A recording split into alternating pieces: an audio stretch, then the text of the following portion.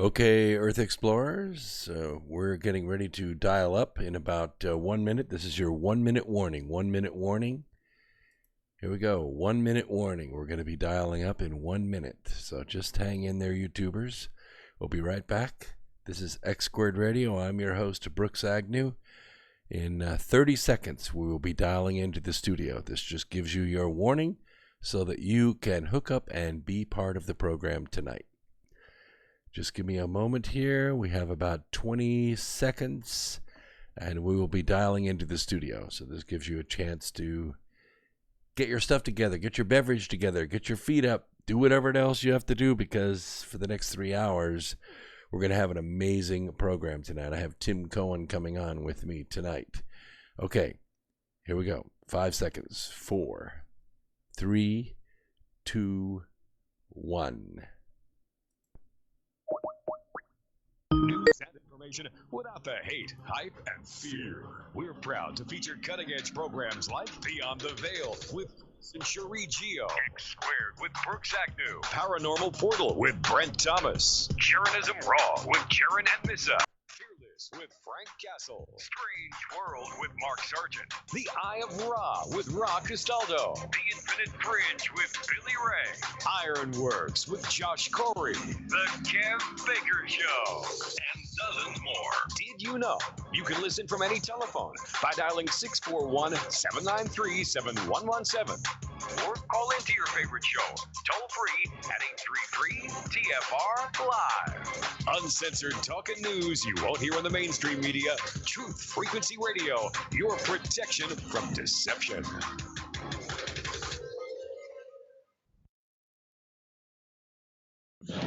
Tariffs on China, more nasty weather. I'm Evan Haining. We absolutely need to get tough with China, and it's not just on trade. With no deal on trade, President Trump's tariffs on $200 billion worth of Chinese imports has soared from 10% to 25%. Democratic Congressman and presidential candidate Seth Moulton told Fox News Sunday China is a rising threat to U.S. national security. I mean, they are stealing American ideas and American military secrets through the internet every single day.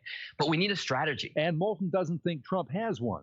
White House economic advisor Larry Kudlow told Fox News Sunday he has a different take. One of the things I've learned under President Trump is that tariffs are part of negotiations, and they show that we do mean business, and we will take action. Heavy rains and floods have pounded states in the South and Southeast this weekend, and correspondent David Daniel reports they've certainly taken their toll. Strong storms rocked Dauphin Island off the Alabama coast. Homeowners and vacationers surveyed the damage Sunday afternoon after fierce winds sent trees into homes and scattered debris across the island. And then our house started shaking like we were in a boat. I mean, it was shaking and rocking back and forth. A 6.1 magnitude earthquake rattled homes in southwest Panama near the border with Costa Rica. Some buildings were damaged. At least one person was injured, but so far no fatalities reported. Well, the United Arab Emirates says 4 ships were attacked off its eastern coast. Just off of one of their major port facilities near the Straits of Hormuz, 4 vessels, they say, were attacked in what they describe as sabotage operations. Correspondent Nick Robertson reports that intelligence suggests U.S. military personnel and operations could be threatened. The Gulf Cooperation Council for the Arab States has condemned the sabotage. The U.S. has warned that Iran or its proxies could be targeting maritime traffic in the region. I'm Evan Haining. This is Truth Frequency Radio. The wicked ones obviously under heavy Masonic influence.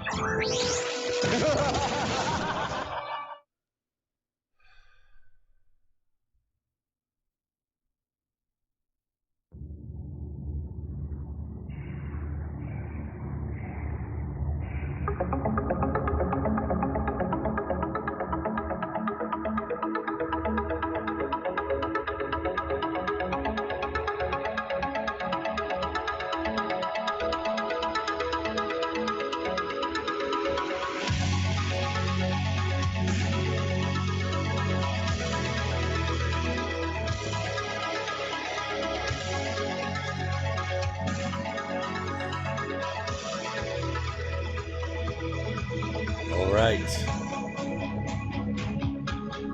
Here we are. Sunday night.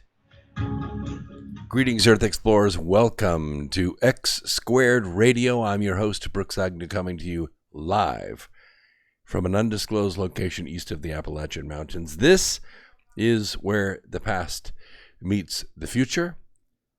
In here, the results are always positive, hence the mathematical equation X squared. We might go a little past your imagination, but have no fear. You will be safely traveling with us. So there are lots of ways to participate tonight. You can go to youtube.com/Brooks Agnew, and you can join the chat there. I'll be monitoring that on the screen here. You can see it. You can also go to tfrlive.com, and you can join the chat room there. Smartest people on the planet in TFR chat room. And you can contribute there. It's free.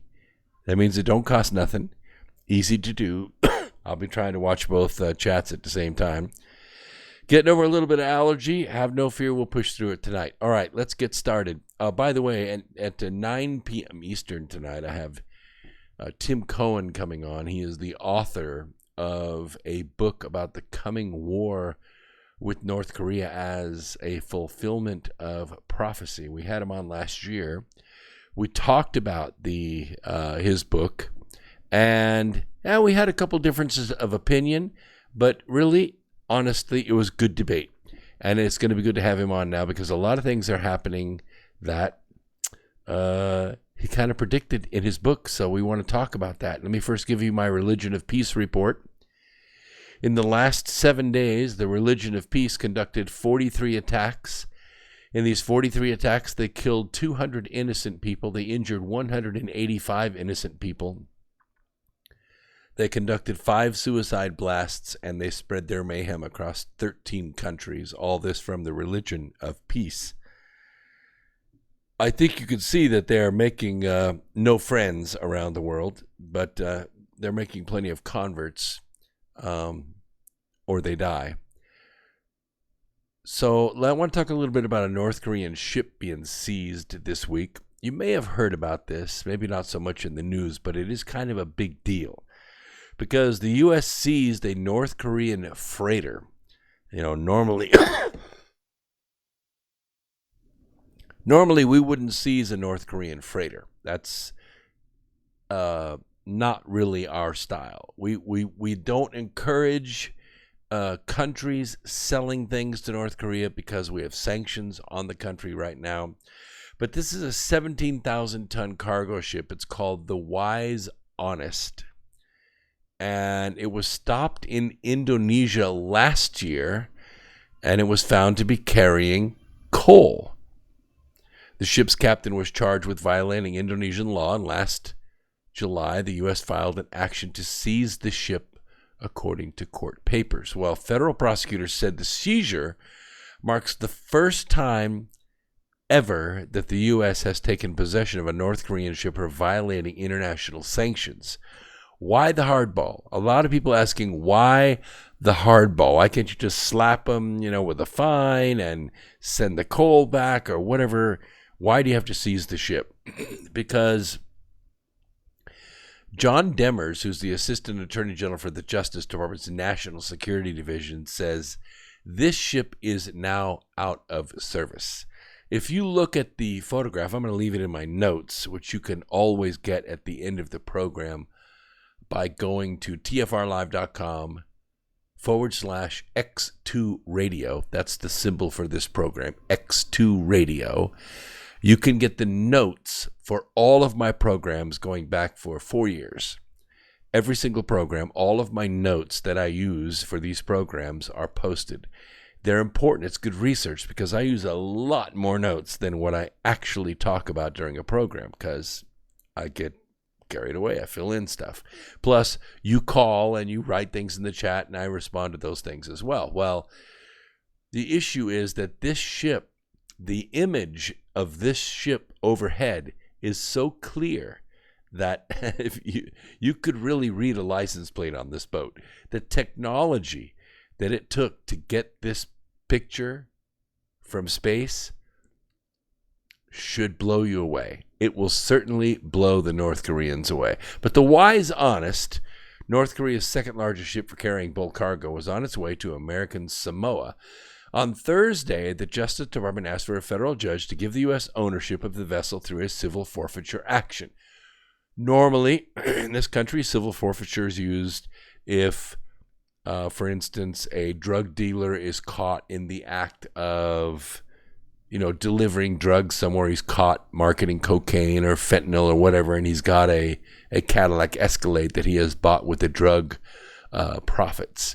They'll seize that Cadillac under civil asset forfeiture. It's just kind of a way of putting extra teeth in the law for law enforcement. Now, yes, it can be abused, and we have debated that from time to time, but this is actually a good use of that statute.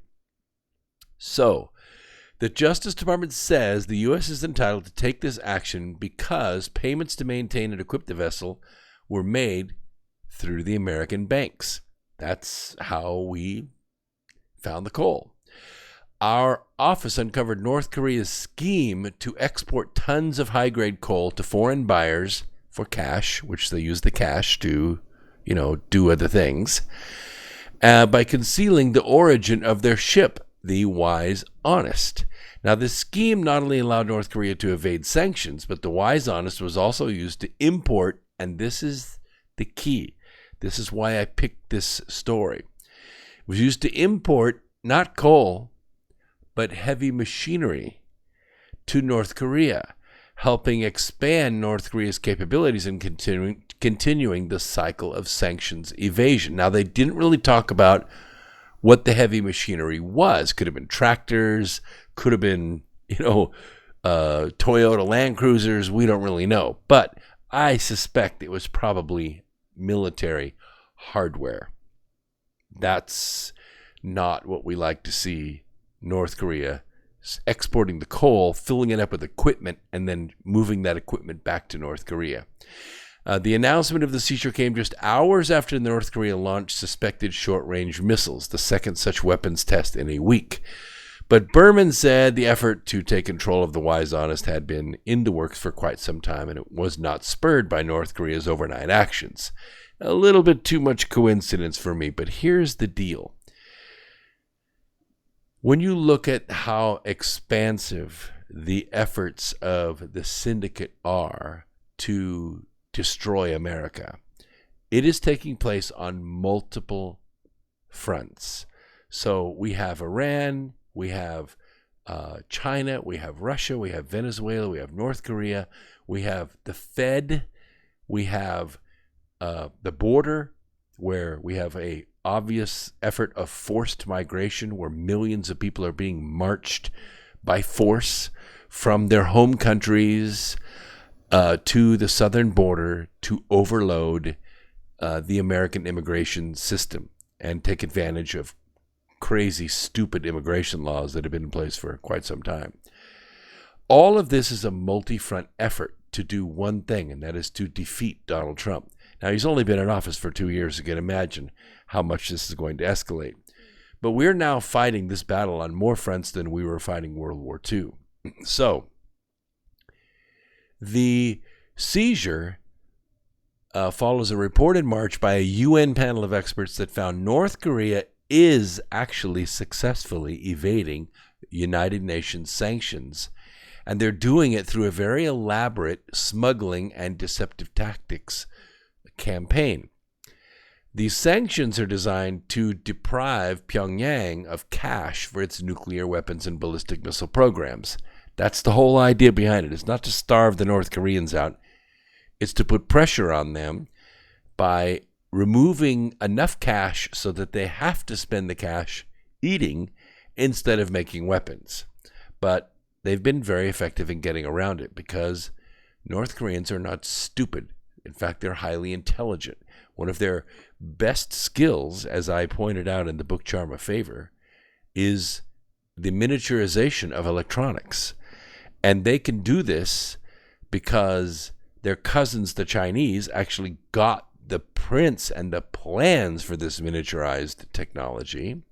And they gave it to the North Koreans because It is virtually impossible to spy on North Koreans. No, Mossad doesn't get in there. None of our CIA gets in there. We don't really know what's going on under the mountains of North Korea. It is isolated. It is exiled from the rest of the world. But that doesn't mean that they're primitive. No, not at all. Their cousins across the fence are some of the best electronics producers in the world. That's where Sony, that's where Sharp, that's where Panasonic, all this brainchild is taking place right on the other side of the fence. And believe me that the ability to, and the time and the money and the focus to create this miniaturized electronics and weaponry is taking place on the North Korea side of the fence. So North Korea has adapted to the sanctions over the years, and we're not talking a few years, we're talking about decades that North Korea has had international pressure on them from all sides. And now they employ increasingly sophisticated methods. The UN panel found in its March report, by the way, that was just 2 months ago, Pyongyang used to alter sections of shipping documents, but now it creates entirely fake registration and other papers that enable it to smuggle illicit cargo through ports around the world. They, build a false bottom, as it were, using documentation and using ordinary ships that would normally carry coal to move equipment. And we're not talking about, farm equipment here. We're talking about military hardware. Now you know how this stuff is being made. So, now what has happened is the U.S. this week has done some saber rattling of its own.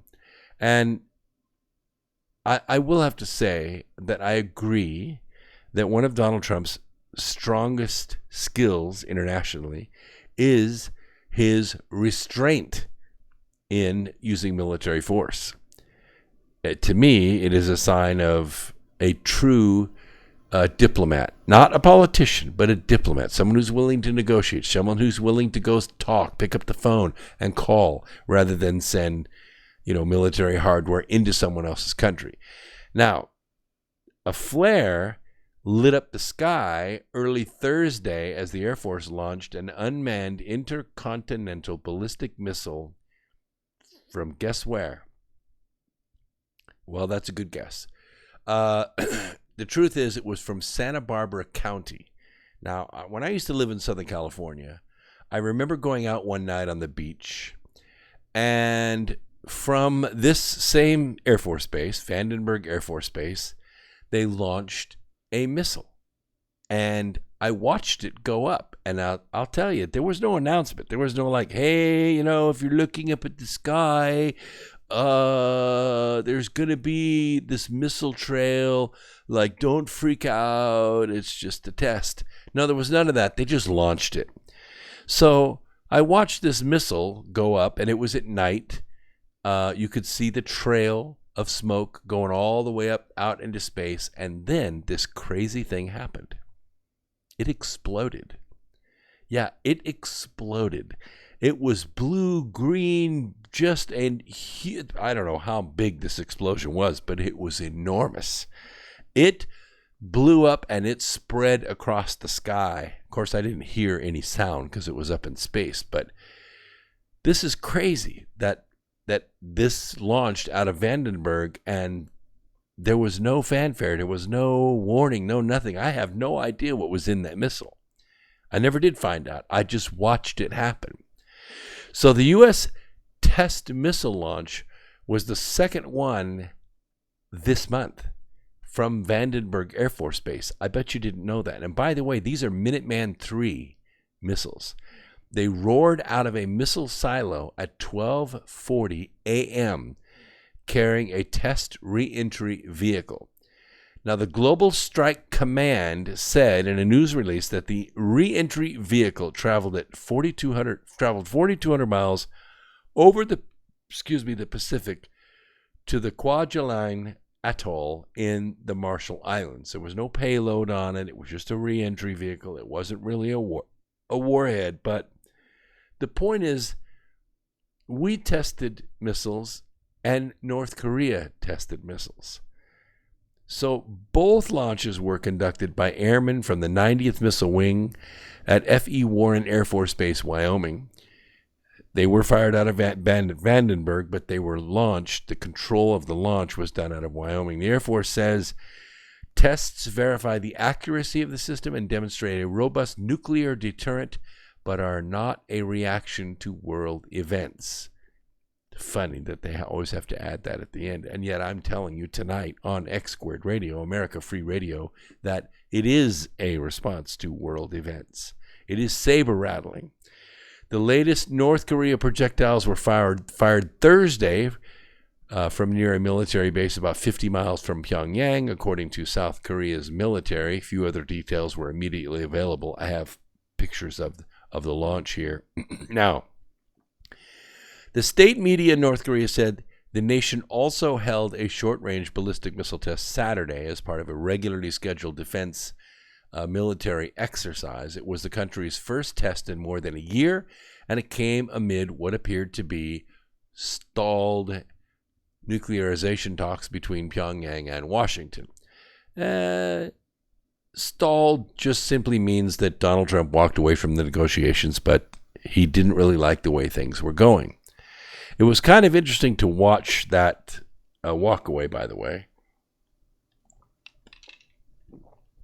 because it wasn't like, okay, we'll have one final handshake and one final toast, and we'll take pictures out by the pool where we have a floral, display. No. It was like, let's go. Let's go. We're leaving. We're going right now. And the press corps and Pompeo and everybody, they just headed for the plane and they left. It was like, you have to go watch the video because they're like walking and there's a little bit of confusion. Like, wait a minute, don't we have a couple more meetings here? And all of a sudden you saw little Kim's sister come bouncing around the corner. She looks up, sees the cameras, turns right around and ducks back behind the corner. Like, something is we're not supposed to be out here by the pool, guys. We're supposed to be back inside. We got fresh crab. It's like, hello. Nope. We're going to the airplane. We're walking out the side entrance here. Our Secret Service is taking us to the plane. We're gone. Something big broke down. It was like, we're done here. And they were gone. No explanation, no nothing. Just, things didn't go the way we thought they were going to go. And we thought that, it was better to just walk away. They were really playing it down. So, a website devoted to analysis of North Korea, known as 38 North, said Saturday's test provided convincing evidence that Pyongyang is continuing to seek greater military and strategic capabilities. I believe that too. And so do a lot of people. They believe that not necessarily the Trump administration was taken for a ride, or they was deceived, or they were, little Kim's playing games with them. But this is very typical because think about it just for a second. Little Kim is sitting on the threshold of being the world's next trillionaire. He's sitting on an absolute platinum mine. Forget about gold. He's sitting on a platinum mine. Trump handed him the world. And little Kim thought about it, dreamt about it, thought, wow, this is really great. I could be a hero to all future North Koreans. But then what happened? Then the phone call came. Then the phone call came from the boss. Listen, little Kim, I don't know what delusions of grandeur you have here. Excuse me. I don't know what, visions of lollipops and golf courses Mr. Trump has put into your head, but that's not what you're there to do, okay? And if you're not there to take care of business, we have a few Rottweilers we're going to introduce you and your sister to. So let's get back to business here. The real question I have is, who is that boss? Is it Mr. Xi? Is it Mr. Putin? Is it Mr. King of England? Is it Queen of England? Well, Tim Cohen's going to come on at 9 o'clock. We're going to talk a little bit about that. We arm wrestle a little bit about this, but there's something clear here. Little Kim's not in charge. Mr. Xi is not in charge. The president of Mexico, Honduras, El Salvador, Guatemala, Cuba, they're not in charge. The president of Venezuela, not in charge. All these people are receiving orders. Orders. Prince Philip, maybe? That's what we're going to talk about. Let's talk about the next player in the equation. I've got about 5 minutes left in this segment. The Iran equation. Because all this is happening at the same time.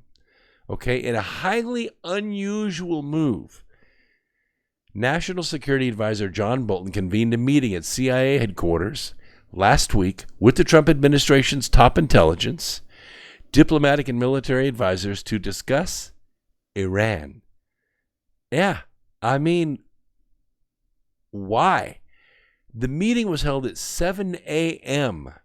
on Monday, April 29th, and included CIA Director Gina Haspel, Acting Defense Secretary Patrick Shanahan, Chairman of the Joint Chiefs of Staff Joe Dunford, General, by the way, Secretary of State Mike Pompeo, and Director of National Intelligence Dan Coates.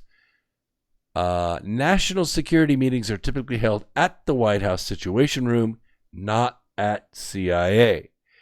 The 6 current officials, as well as multiple former officials, said it is extremely rare for senior White House officials or cabinet members to attend a meeting at CIA headquarters in Langford. Not the same building, guys. This is on the other side of the river. The officials said the discussion was not about the intelligence that led to the decision in the following days to send a carrier strike group and bomber task force to the Middle East, but did not describe what the meeting covered. Really? Really? You have a meeting that's unprecedented, that never has happened before, this much horsepower in a room that's not in the Situation Room at the White House, and you're sending iron at sea. And we're not talking about a destroyer. We're not talking about a frigate. We're talking about a carrier group. Now, when we say, oh, we're sending the USS Lincoln over there, no. A carrier group is a freaking city. It's 40 ships. 40 ships. Not just the carrier. Also an oiler. Also frigates. Also submarines. Also satellites are remaneuvered. And a looking glass.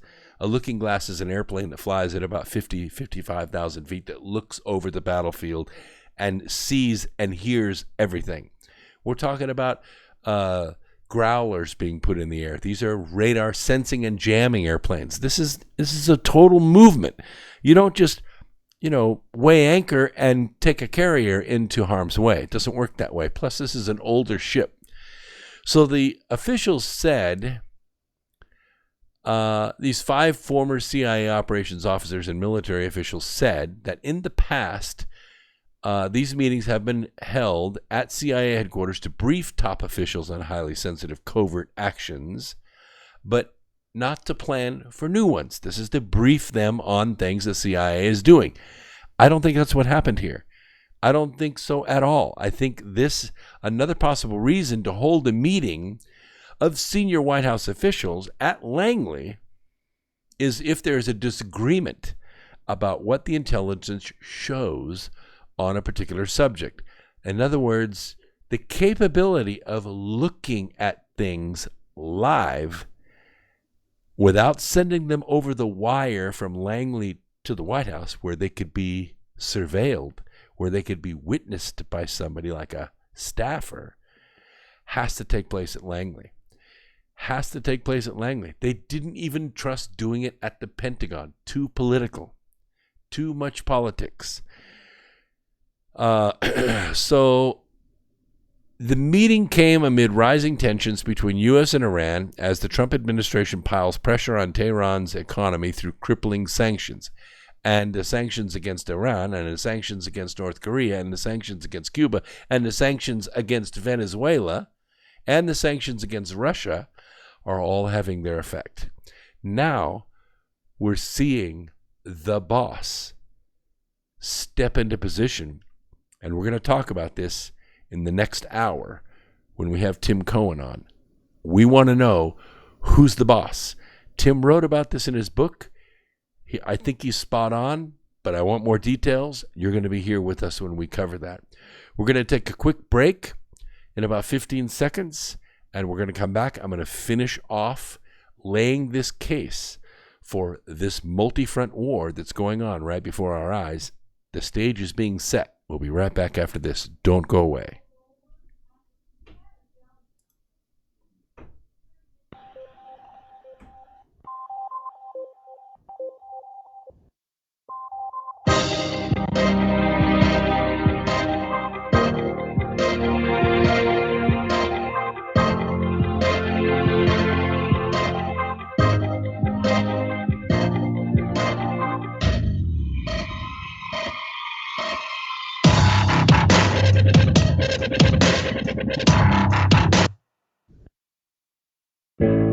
The reviews for Extendivite are amazing. Here are some from Amazon. By Christine, great for heart palpitations. By Anne, before I started using this product, every afternoon my ankles and my hands would be swollen. That doesn't happen anymore. So if that part of their advertising is true, I have to assume that the rest of it is also. Not to mention that when I had my yearly blood test, only a few weeks after beginning to use this product, my cholesterol had dropped over 30 points. I'm going to continue to take it. By Croc, I love this product. It really works. By Brad, works great, thank you. Tell us your story. Get your Extendivite today. To order, call 1-877-928-8822. That's 1-877-928-8822 or visit heartdrop.com. Extend your life with Extendivite. Hey folks, guess what the number one phrase that Life Change Tea receives by email? You ready? We love this tea. We love this tea. Time after time, week after week, we love this tea. Life Change Tea gives you more energy, a beautiful cleansing, and fulfills its slogan perfectly. The tea that makes you go. So if you want to be on your health game, log on to getthetea.com and order Life Change Super Strength Tea. Packages come in a 1-month supply, and when you brew this stuff, wait until you see the results. Aren't we all about the results? And with a lot of people's health struggling, we can use a little bit of help. Doctors will tell you disease starts in the gut. So log on to getthetea.com. That's getthetea.com. Be our next email saying, I love this tea. I love this tea. Get the tea at getthetea.com. Helping America one tea bag at a time.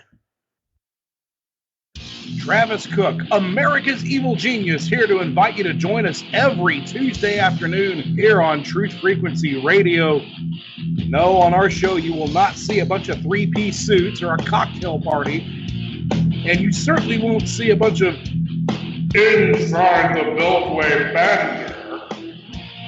But you will see eye-gouging, crotch-kicking, no-holds-barred political discussion, the likes of which you won't see anywhere else in media. America's Evil Genius.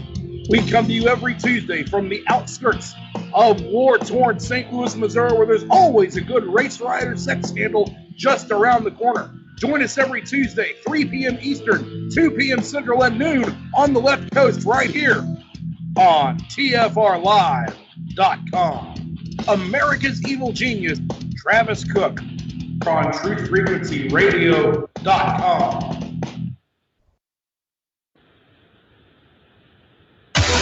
No hate, no hype, no fear. You're listening to Truth Frequency Radio. We are TFR.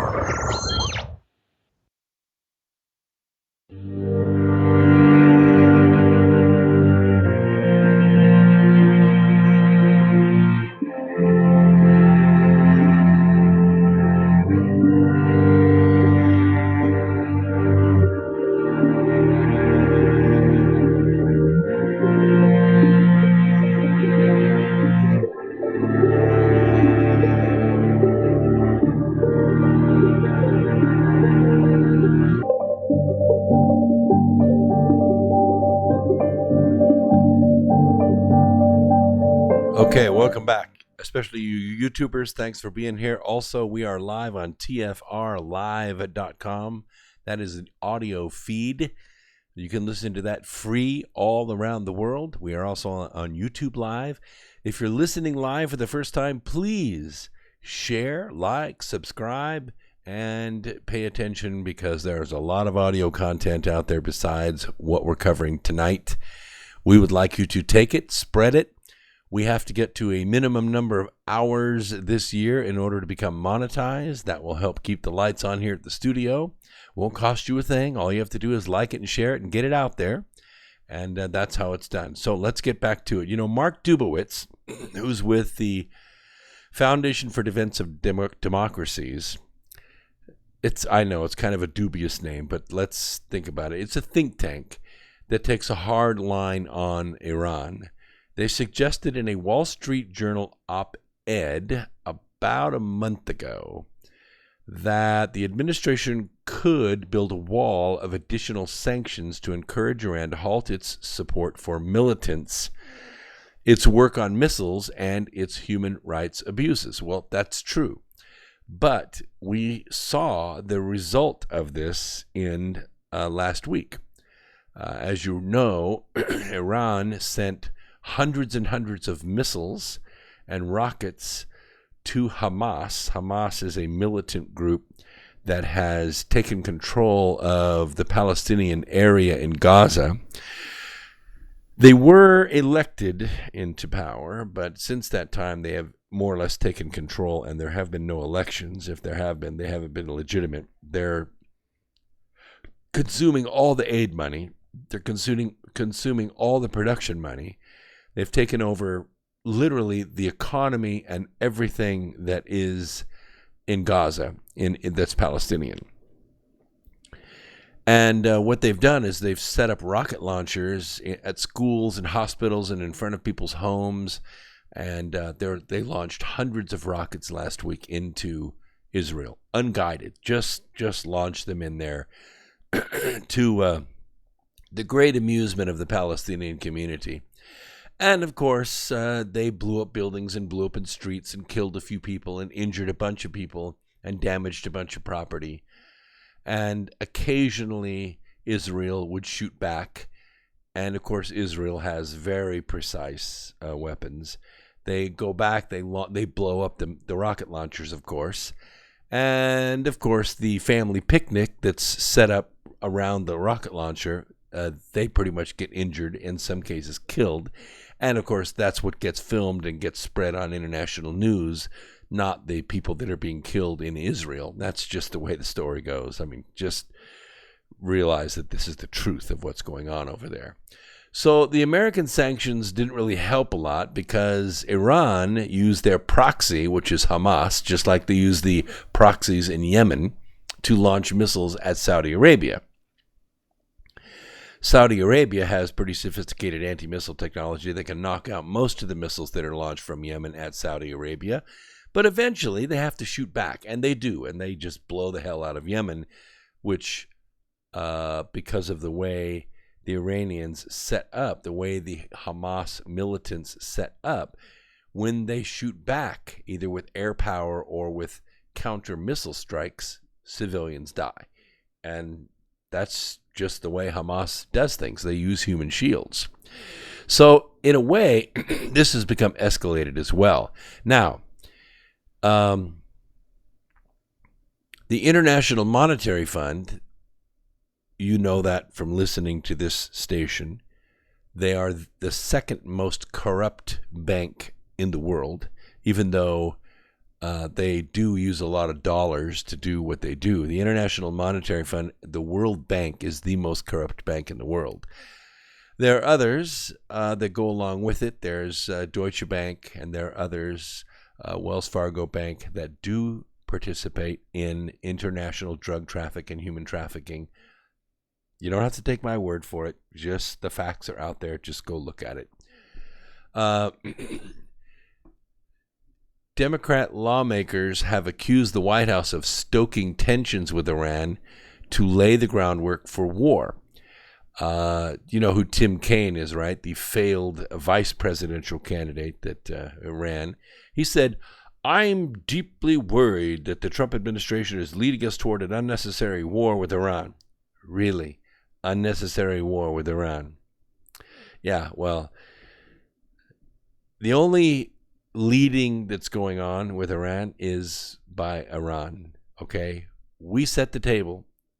Iran is violating all of those sanctions because they intend to do one thing and one thing only, and that's push Israel into the sea.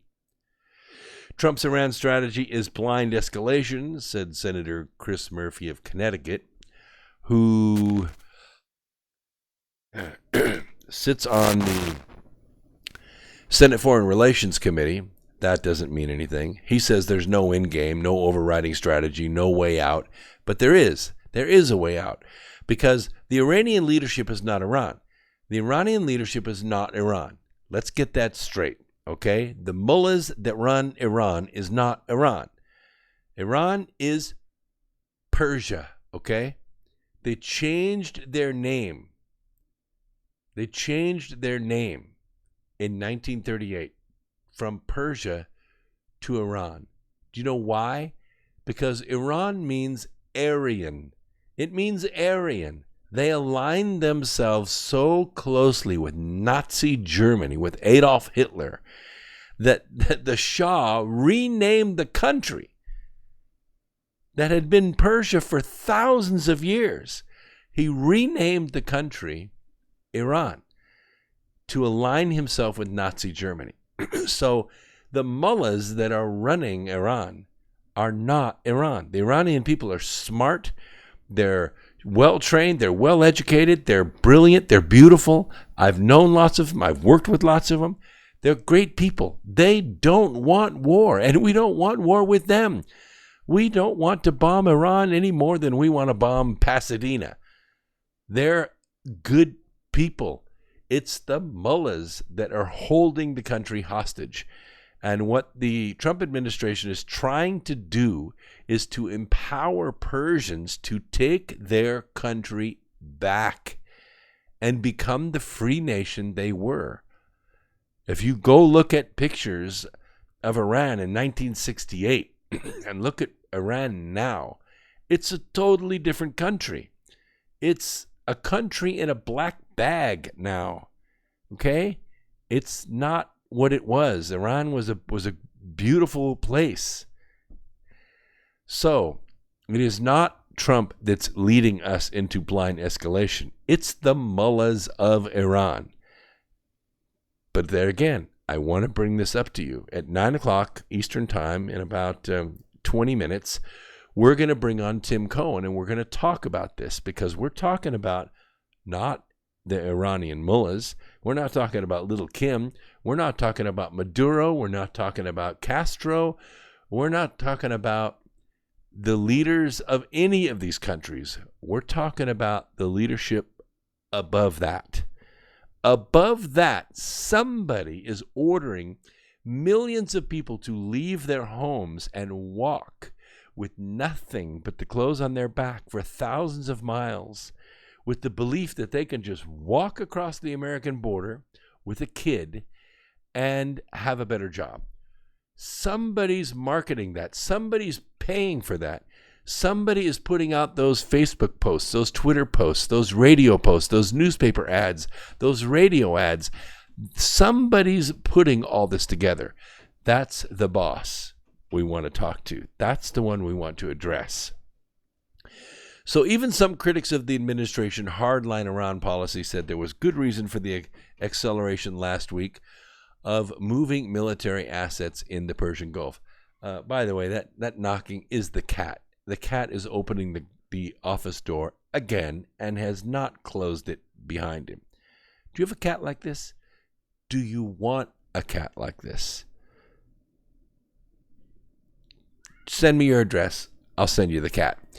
The Trump administration has said its goals is to produce systemic change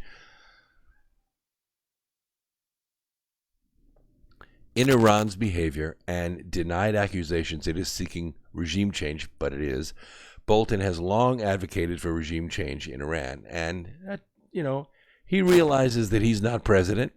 And so does the president. The president realizes Bolton's not president either. Does he take his advice? Not always. He listens to it. He has to have it. Bolton's the smartest guy in the world as to who these bad guys are. But doesn't mean he's going to take Trump's advice or Bolton's advice. So, how this is escalated now is that Iran has now approved an attack on American ships. Yes, they have. The U.S. decision to surge additional military forces into the Middle East was based in part on intelligence that the Iranian regime has told some of its proxy forces, like Hamas and like in Yemen, and surrogates, that they can now go after, they're cleared, they can go after American military personnel and assets in the region. I'm getting chats that people can hear my cats meowing over the microphone. I have no defense here. I have no defense. I have two militant cats who are invading my office, and they're arguing over who gets to look out the office window. It's quite the battle. You want to talk about regime change? Let's talk about cats.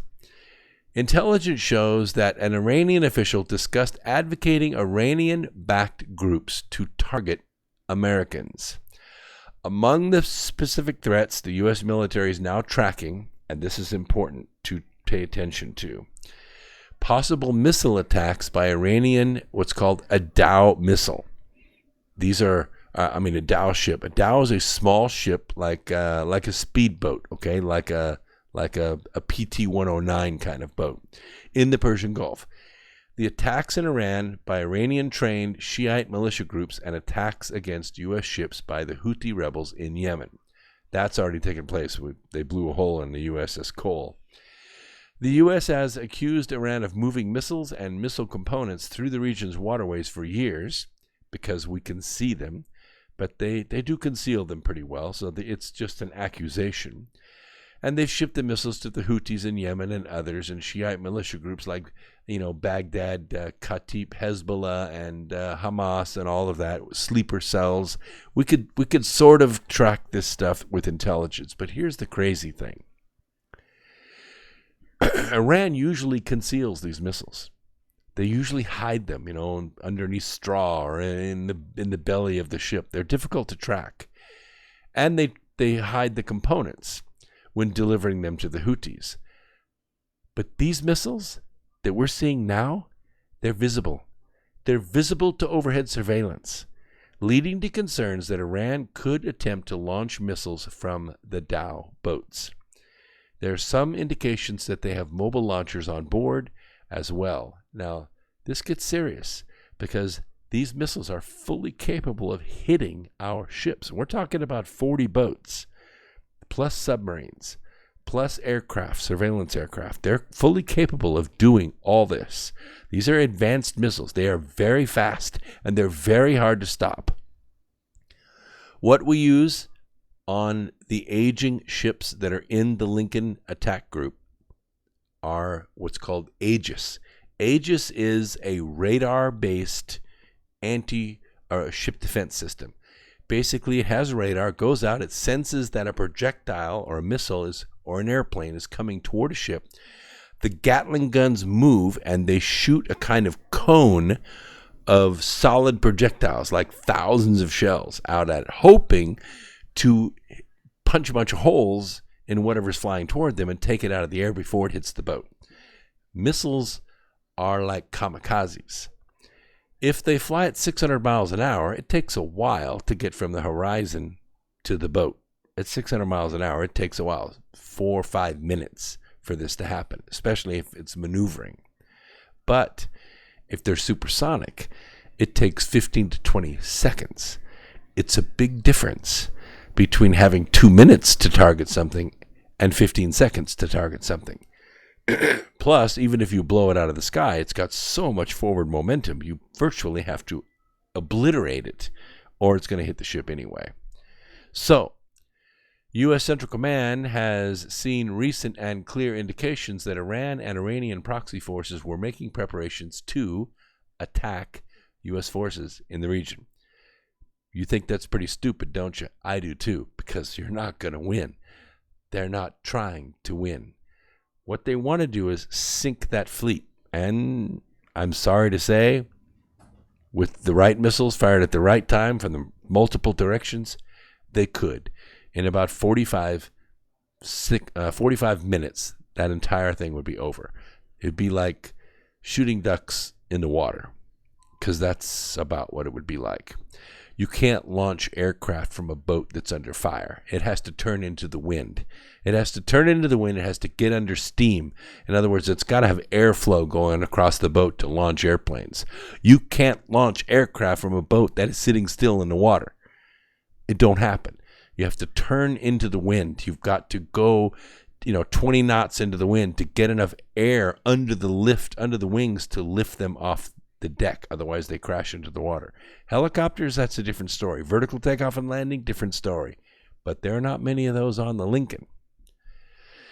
Make no mistake, we're not seeking a fight with the Iranian regime. That's what General McKenzie said this Wednesday.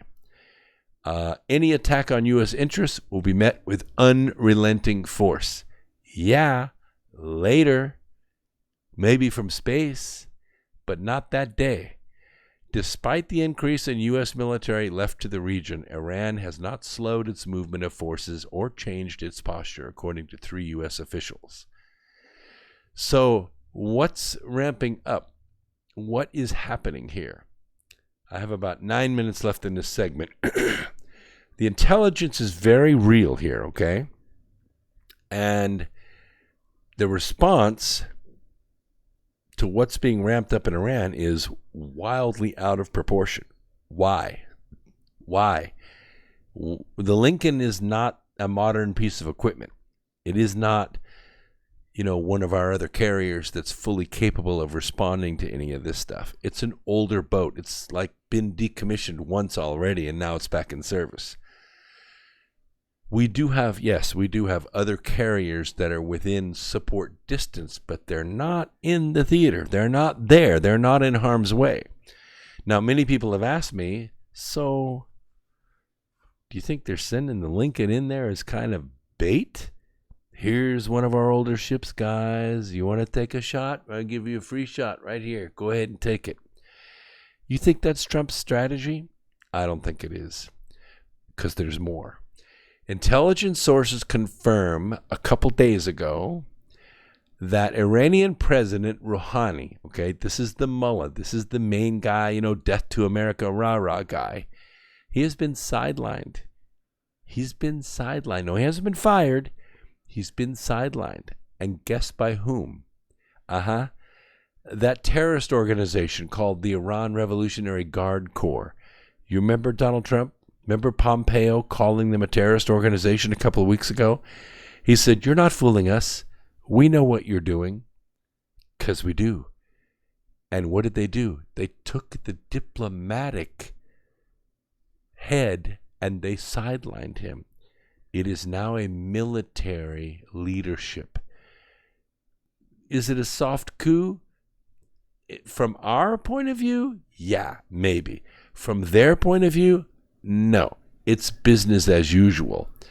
But here's the deal. While Rouhani keeps his title, he's just an observer now.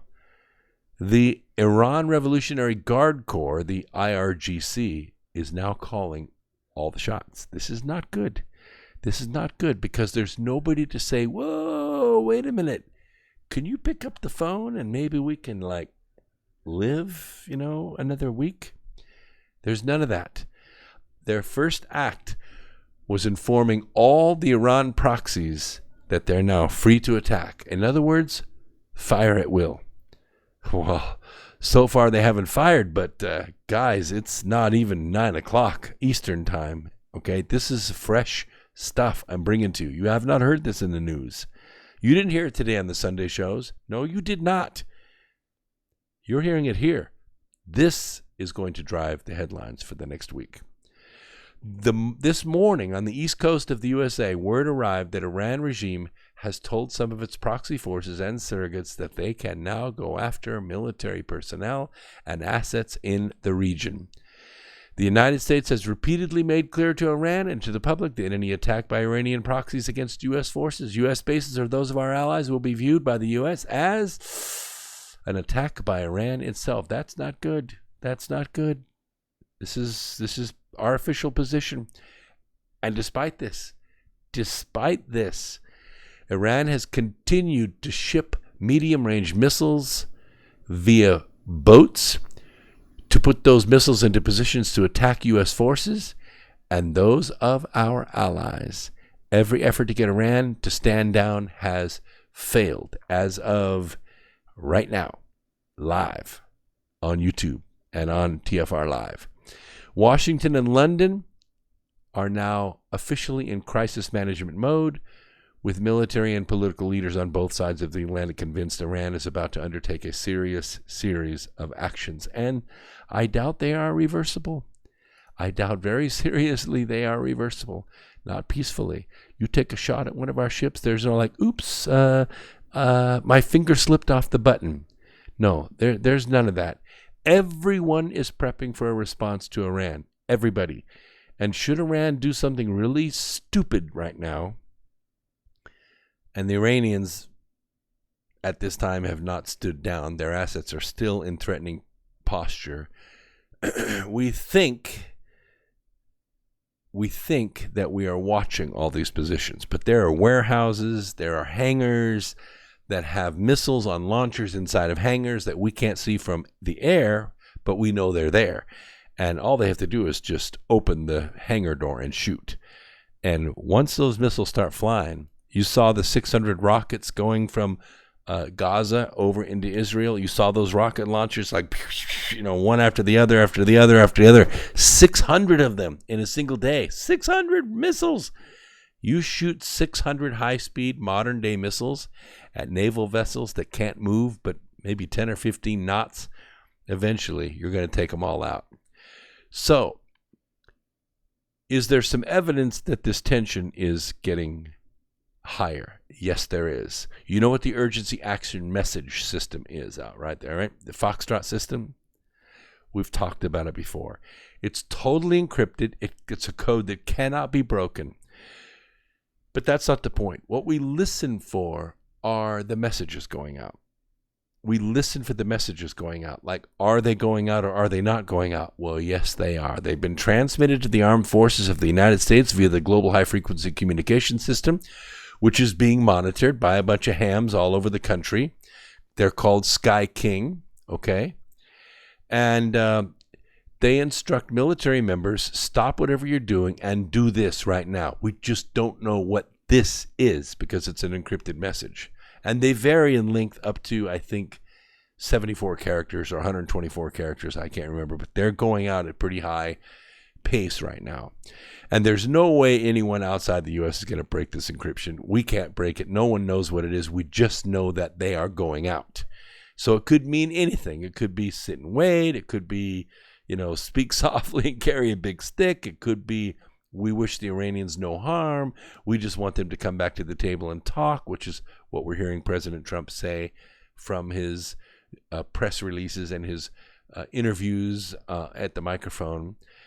Iran has let us see them moving these assets into place, right? Well, that could be part of it. It just could be posturing. But the Revolutionary Guard Corps running things, this is not good. It's not good. They've transferred the Khalij Fars anti-ship and the Hormuz 1 and 2 Siad missiles in Yemen and several Iranian islands near Hormuz Strait. By the way, you know what that is, right? The Hormuz Strait is kind of a narrowing of that area. You bang two trash can lids together over there really loud and gas prices go up. Now, that's exactly what's going to happen. You better go fill up this weekend. Many are also expecting to hear Iran announce one of these two things, that they've already achieved a functioning nuclear bomb and have several stockpiled, or they're resuming development of nuclear weapons immediately unless we come back and give them their nuclear treaty. And it all depends on who is giving the orders. And I'm telling you right now, Rouhani's not giving the orders. They have not hesitated to order forced migrations.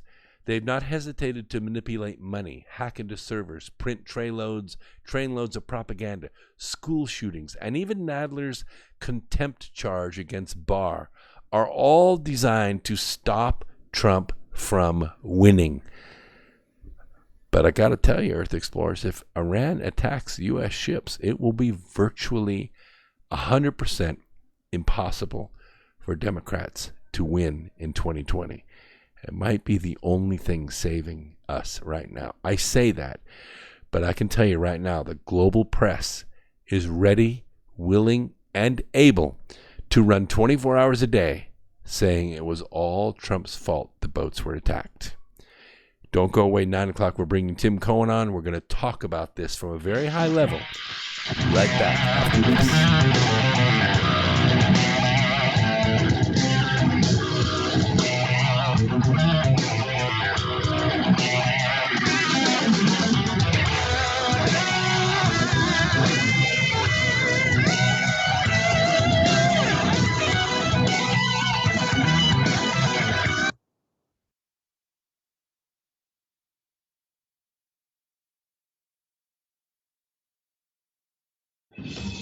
Truth Frequency Radio is your #1 source for news and information without the hate, hype, and fear.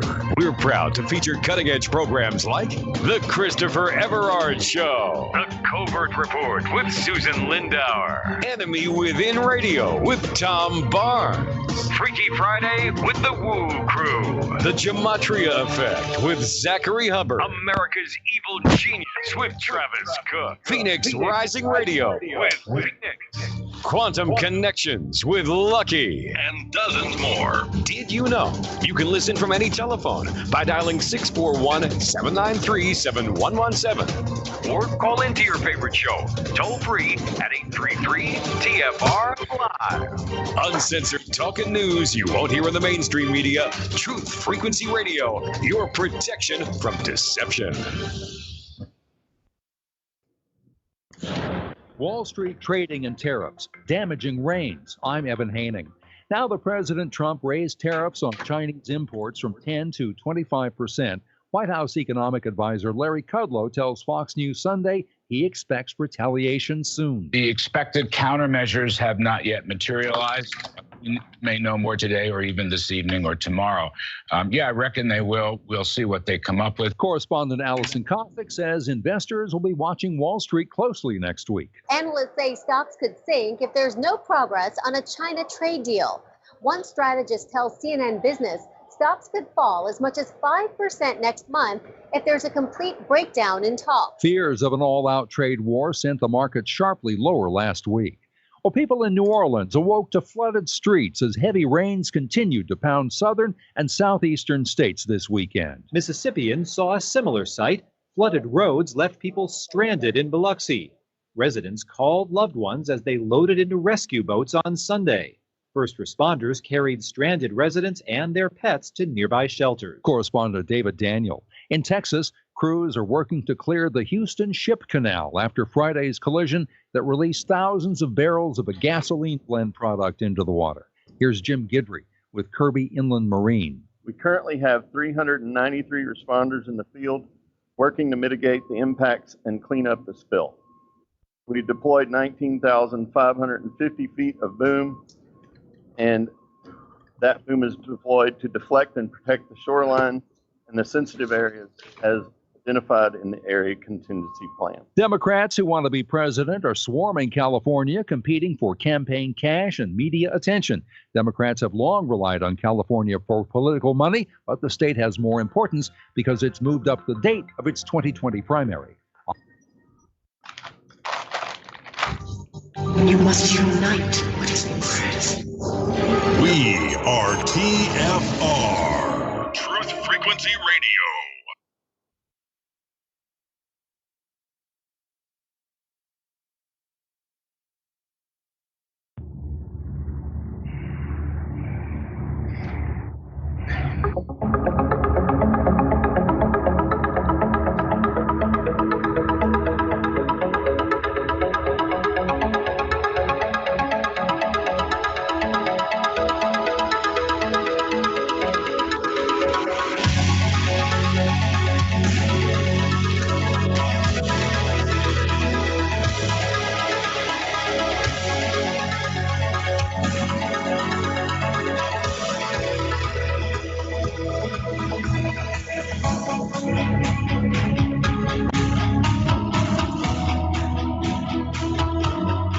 All right, welcome back. Welcome back to X Squared Radio. All you people at TFRlive.com and also YouTubeLive.com. My guest this hour is Tim Cohen. He's been on the program last year. We talked about his book about a coming war with North Korea. It's got a longer title, and I'm going to have him explain it to you. And we come to agreement that somewhere up high, a person we're not talking about. We're not talking about Rouhani. We're not talking about Little Kim. We're not talking about Maduro or Castro or any of these guys.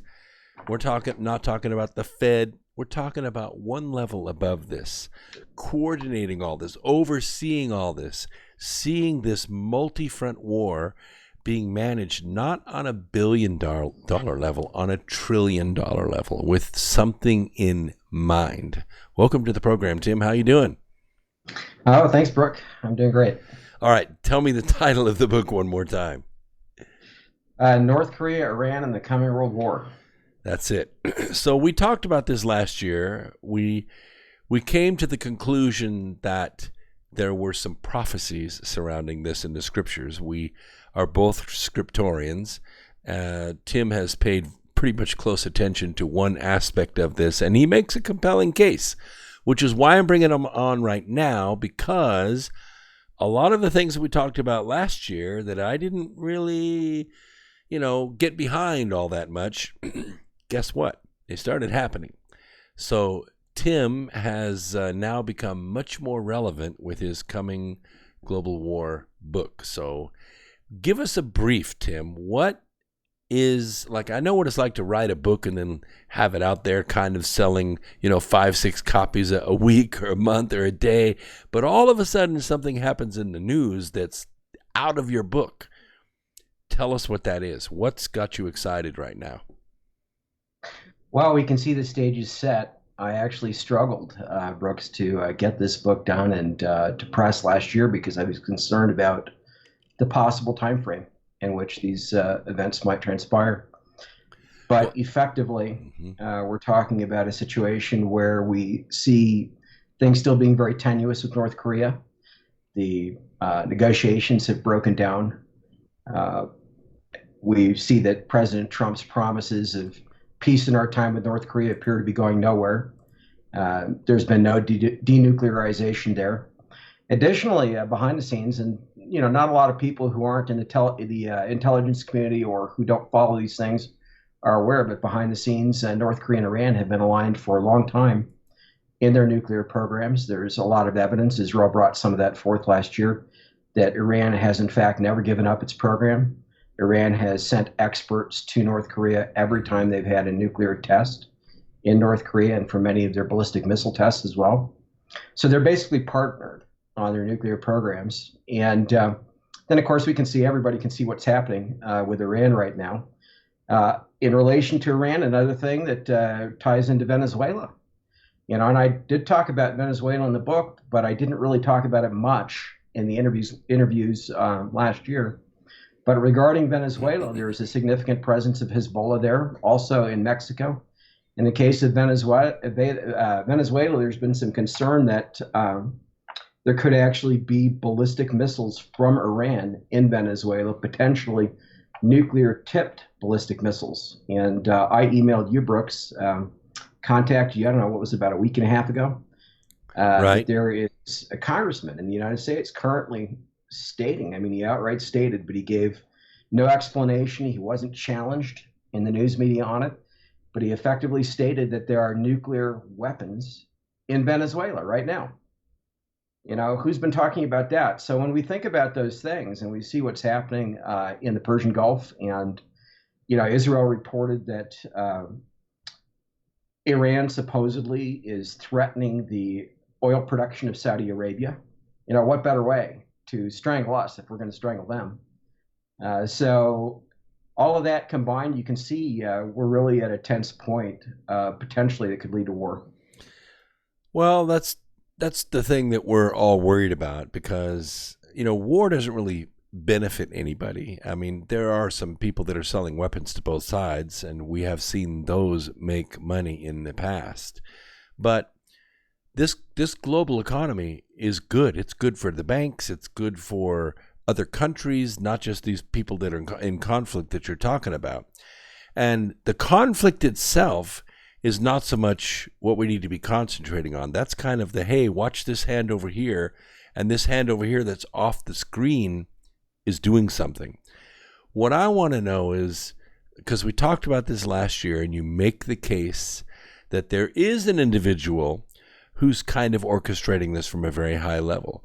There is an individual that's seeing to it that people and drugs and money and missiles and threats are being moved around into position.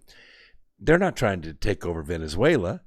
They could care less about Venezuela. They want to attack us. That everything that you just mentioned is not aimed at China or Russia or Cuba or Venezuela or Europe. It's aimed at us. Why? Who's in charge of this? So I think that there are multiple facets to answering that. I wrote a book called The Antichrist and a Cup of Tea. It was published in 1998.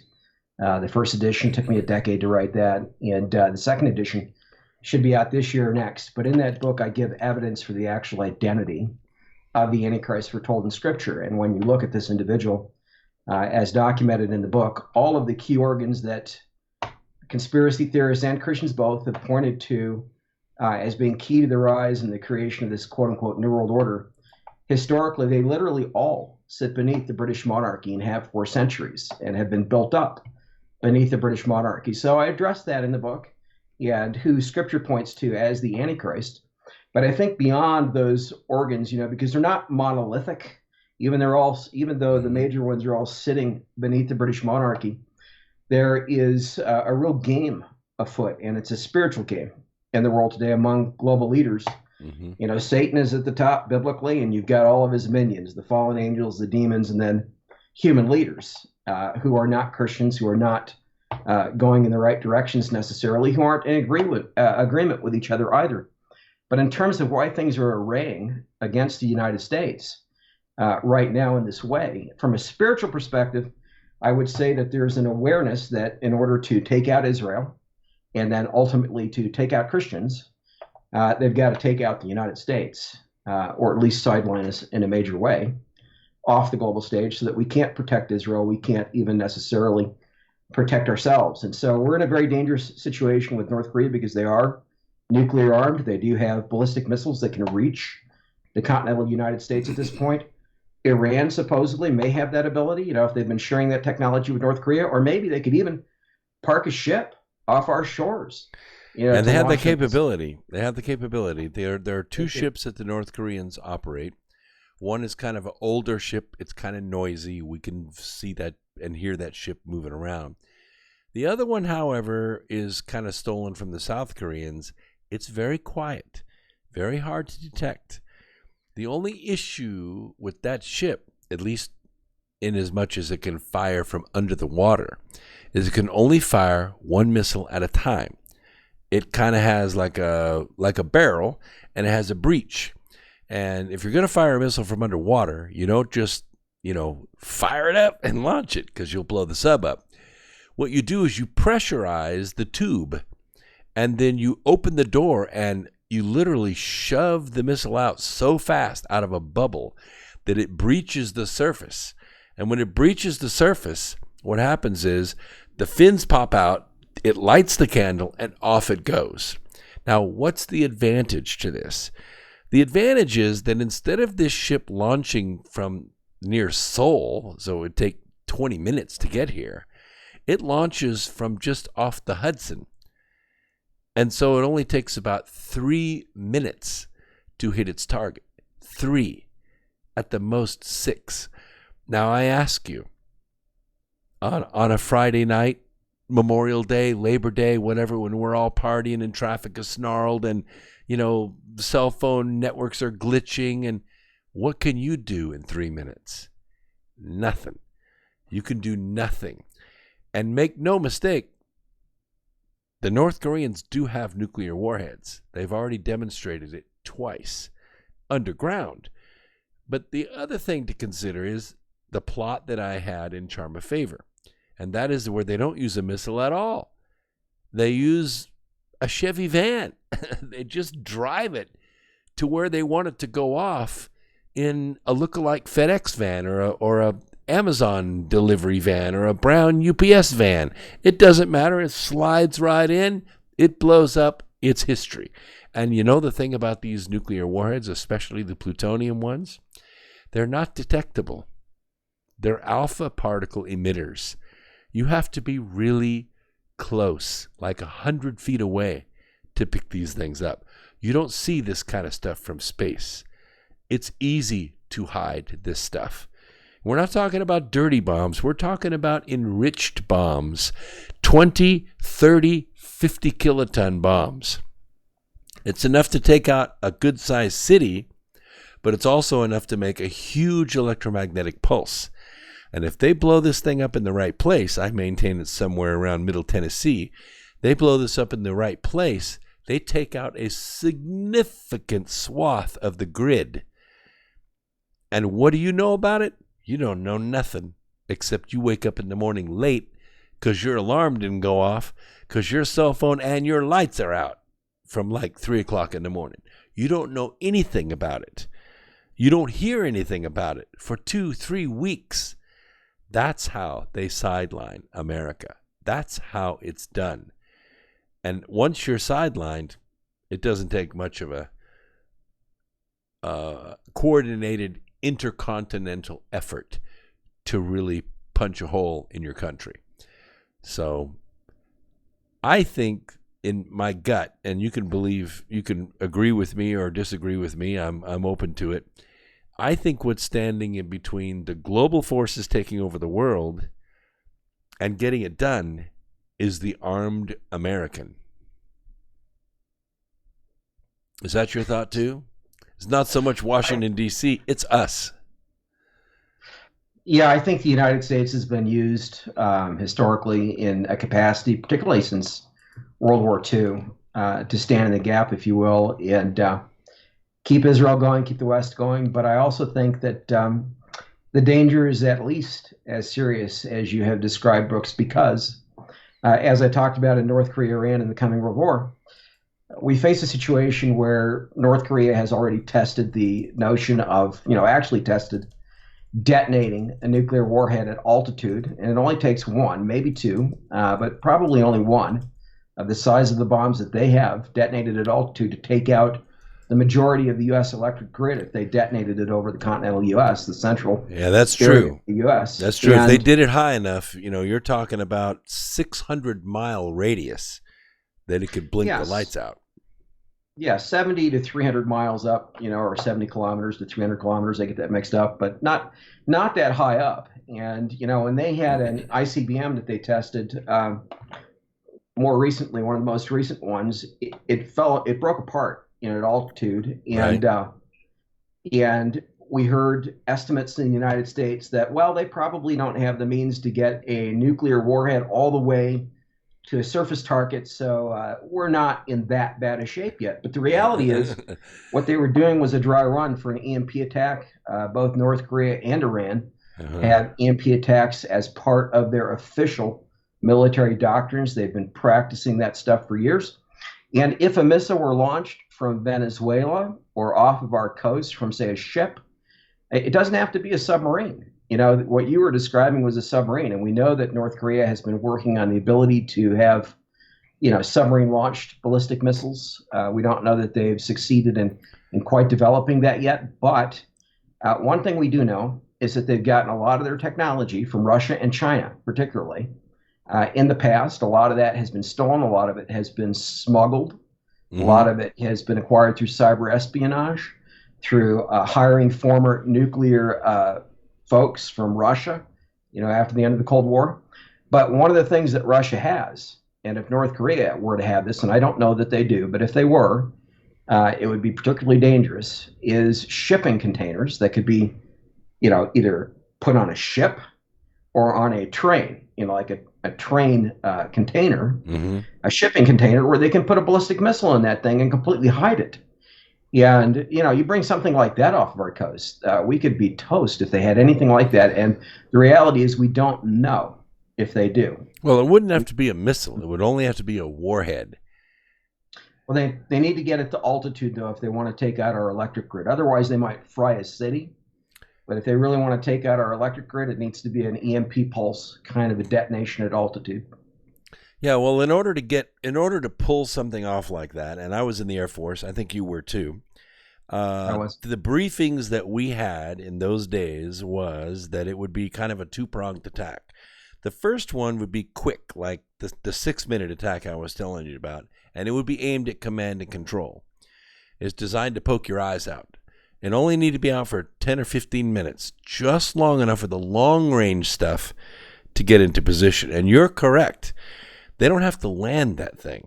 They only have to get it up over the target. It doesn't matter if it breaks up. If it breaks up in the air and the warhead goes off at, say, 40 miles up, it's going to take lights out for 500 miles in every direction. And it's going to be an enormous pulse. We're talking millions of electron volts. And where does that voltage go? It jumps onto any wire it can find, which means all of the lines that are on telephone poles around the country, not necessarily the ones that are buried, but the elevated ones, act like antenna, just like the Carrington effect in 1859. Those millions of electron volts jump on those wires, and then instead of getting stepped down, they get stepped up through the switch yards and the substations to hundreds of millions of volts, and they explode the aluminum lines that are hanging from all those towers that we see, and they fry the auto tap transformers, for which we have no replacements. And guess what? The plants that make those transformers, they run on electricity too. Yeah, many of those transformers, Brooks, are actually not even manufactured in the United States. They're imported. That's right, like Siemens. They take a significant amount of time to build each one of them.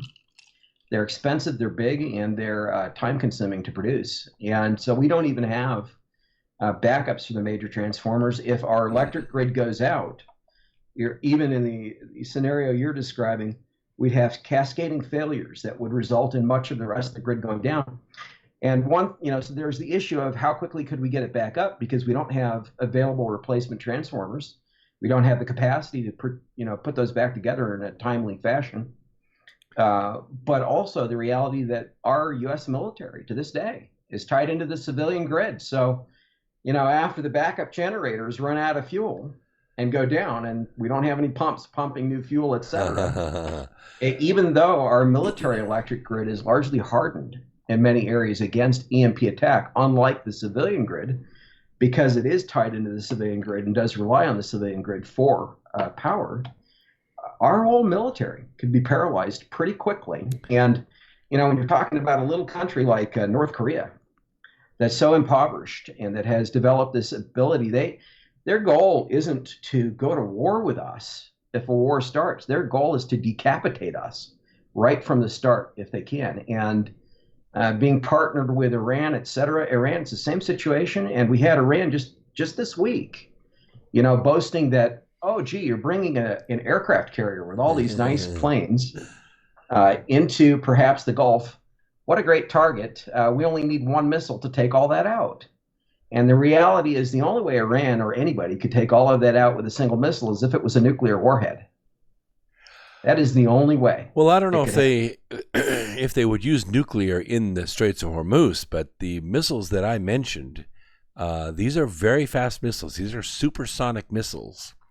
And I mentioned in the previous hour that normally when they move these things around, they're hidden. We have to have a lot of, intelligence to know that these weapons are being moved to Hamas or Hezbollah or into Yemen, and they're being used here or there.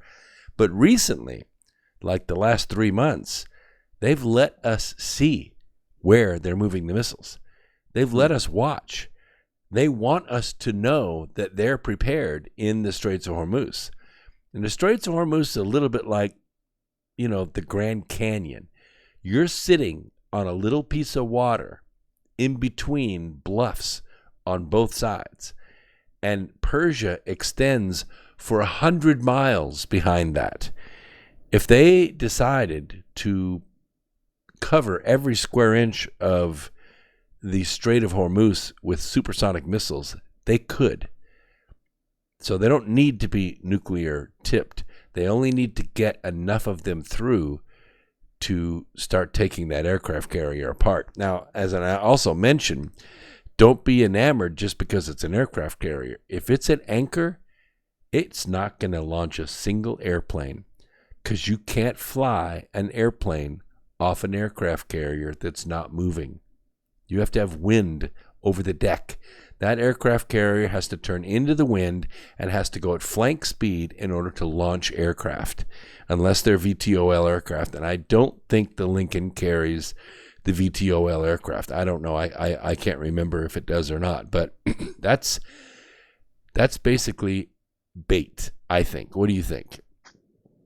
I think the F-35s that are V2L have just officially gone online. I don't know if the carrier that's headed to the Gulf does have those or not. I do know that F-35s are among the deployment currently. And other than that, yes, we probably need to turn into the wind.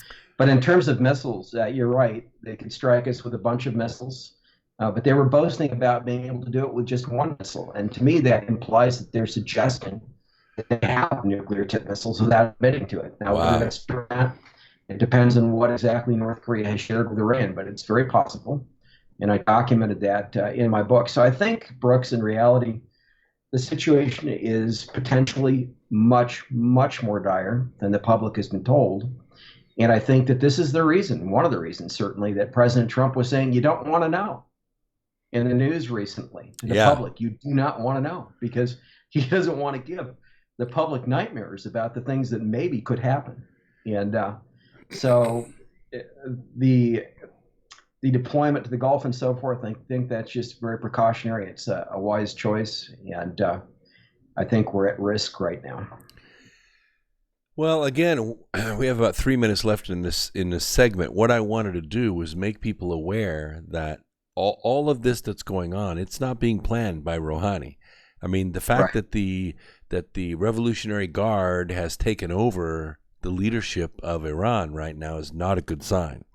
But Rouhani is not running this.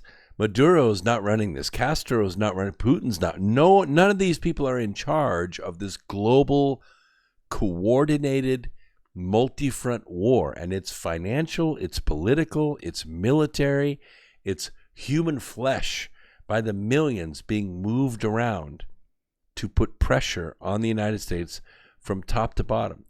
Somebody is in charge of all this. Now, I maintain in the Birth Trilogy that it's a Nephilim, that is what you call a Nephilim. It's one of these fallen angels that's still here on this earth, has been for a long, long time, and he's working with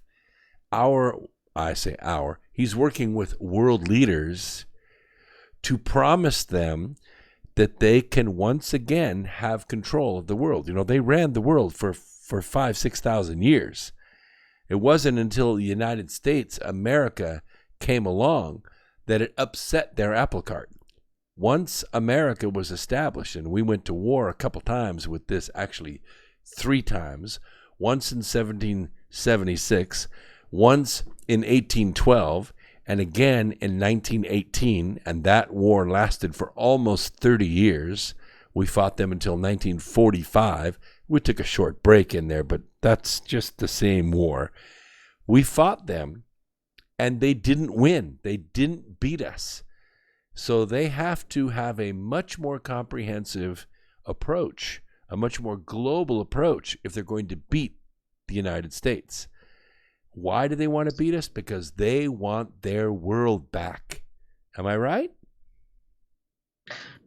Yeah, I'll speak directly, Brooks, to how this stuff is being orchestrated.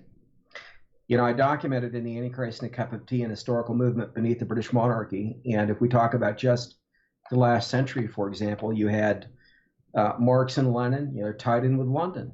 Mm-hmm. They were there before the communist revolution in Russia.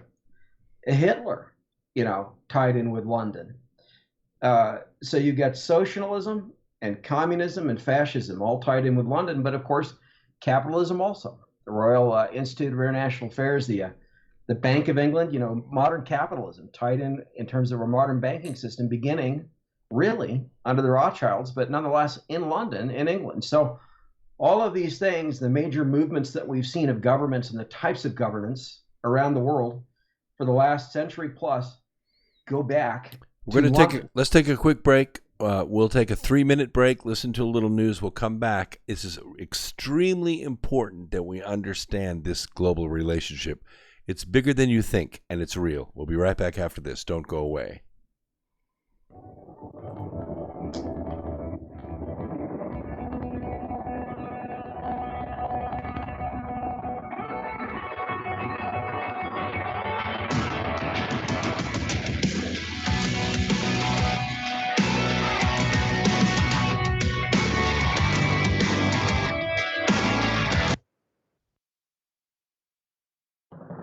Hey everyone, it's Chris Gio, founder of Truth Frequency Radio and host of Beyond the Veil.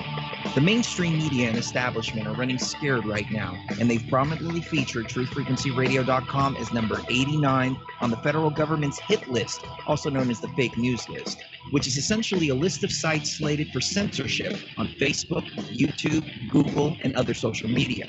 Now is the time for you to get involved.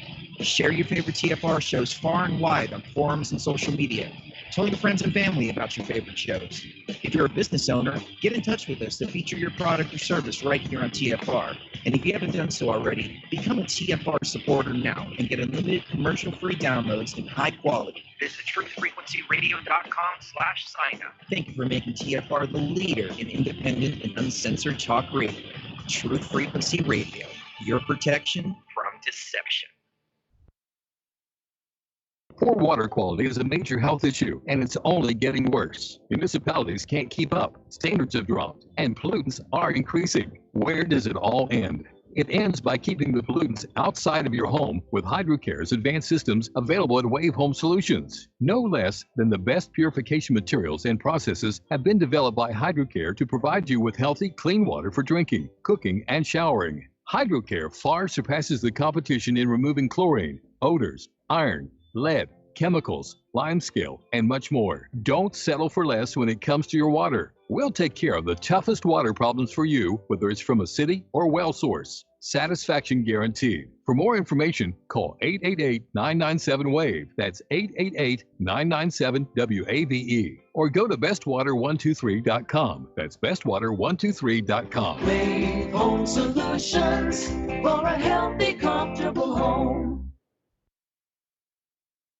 Once in a decade, a true story comes along that remembers the future. After 6 Amazon bestsellers, I have completed the epic Birth Trilogy, a true story of Earth. By reading the Birth Trilogy, you will journey with the characters from the origin of Earth to its final destiny in a white-knuckle ride that combines the intrigue of Tom Clancy with the epic scope of Prometheus and Interstellar. You will learn more about the purpose of life, the mystery of death, and the true nature of your soul than you thought possible. The Birth Trilogy is now available on Amazon and Kindle. The audio version is a free bonus when you buy the paperback, so even if you're not a great reader, don't worry about it. I read it for you. Use the Amazon app today and buy the Birth Trilogy, spelled B-E-A-R-T-H, or search for my name. I'm Brooks Agnew.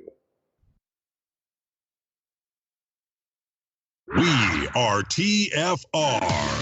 My faith in destiny is all I need to prevail. Truth Frequency Radio.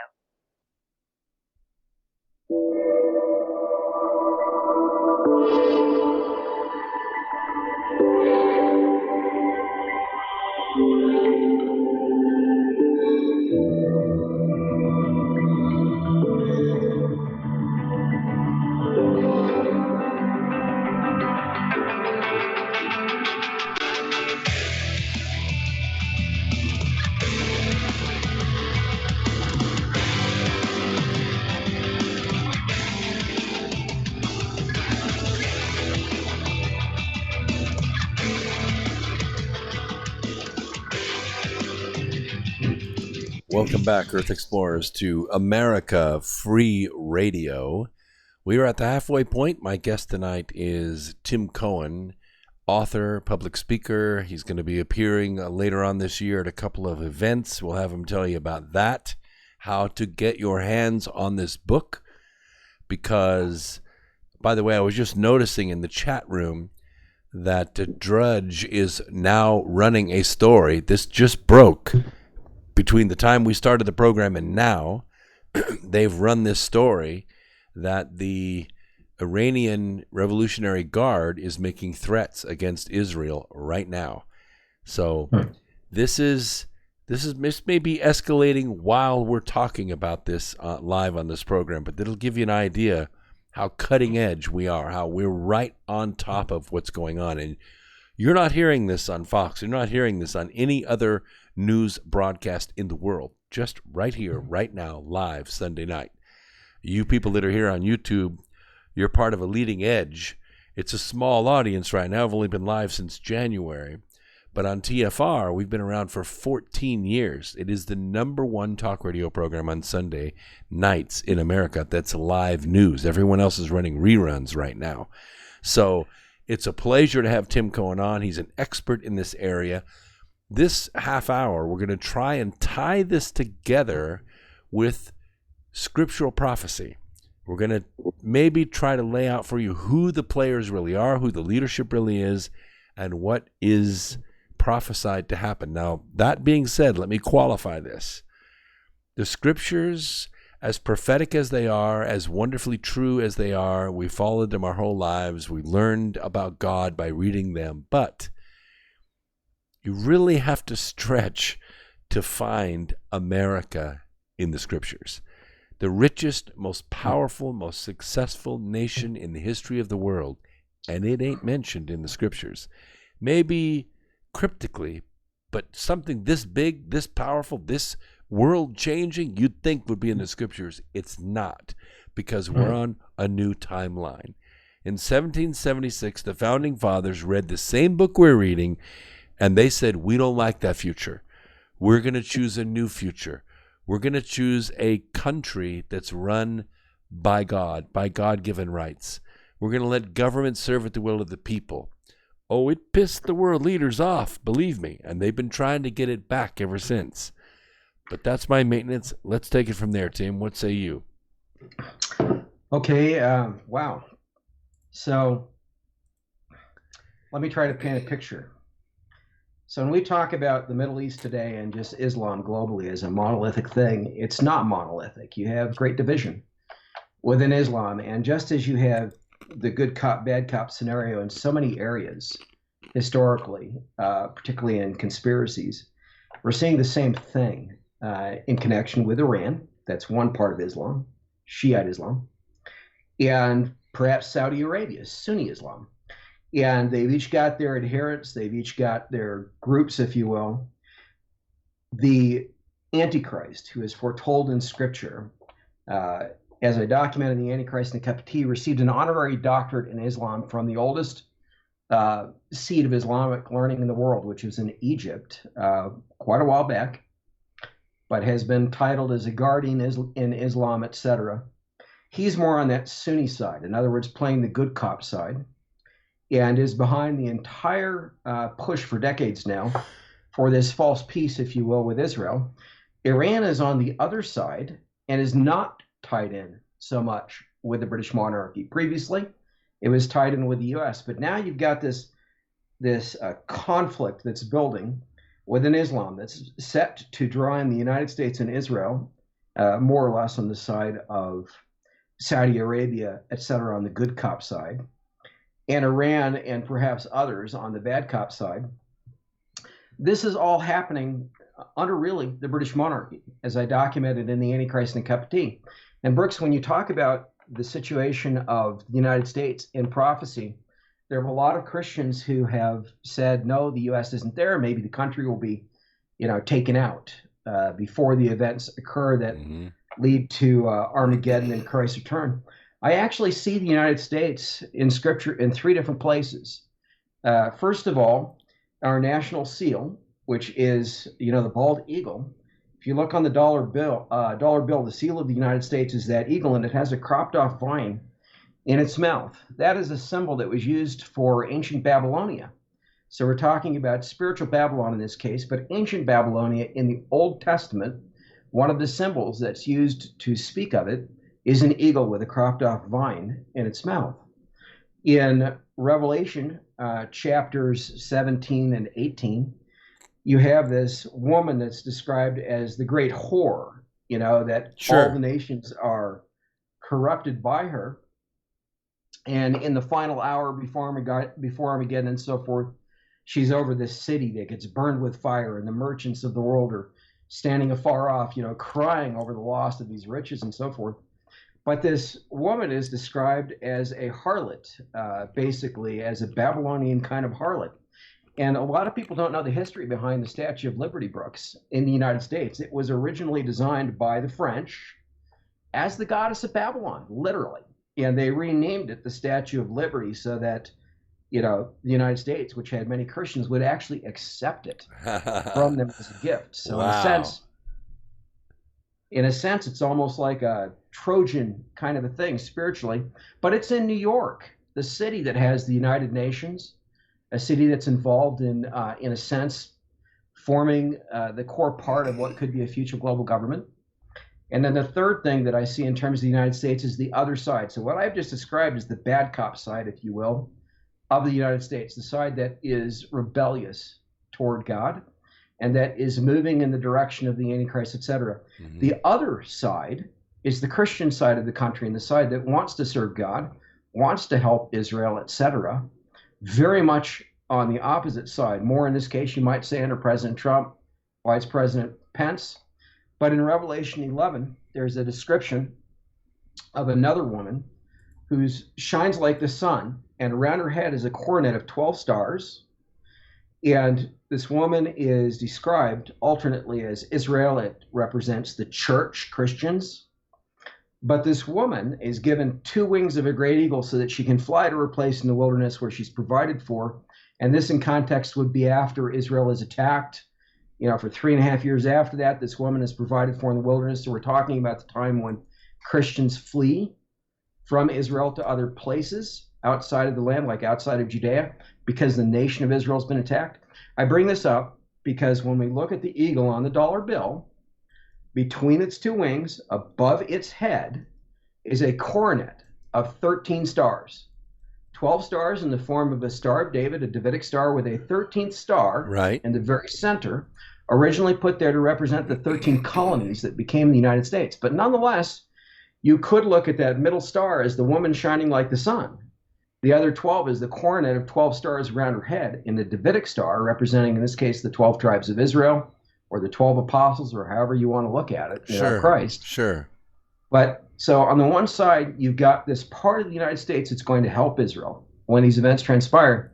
You've got the other part that's represented by this spiritual Babylon, if you will, that is working against all of that. And I think we see that very clearly, today, for example, between some in the Republican Party and some in the Democratic Party, and in just the division in the United States. Yeah, well, there is division, and as I said, a lot of these things are cryptic. If I look at the symbolism in the seal, for instance, and the eagle and the stars, there are other symbols there too. There's the flower of life symbol in the stars itself. There's sacred geometry in that. The pyramid, the eye, there's all kinds of things.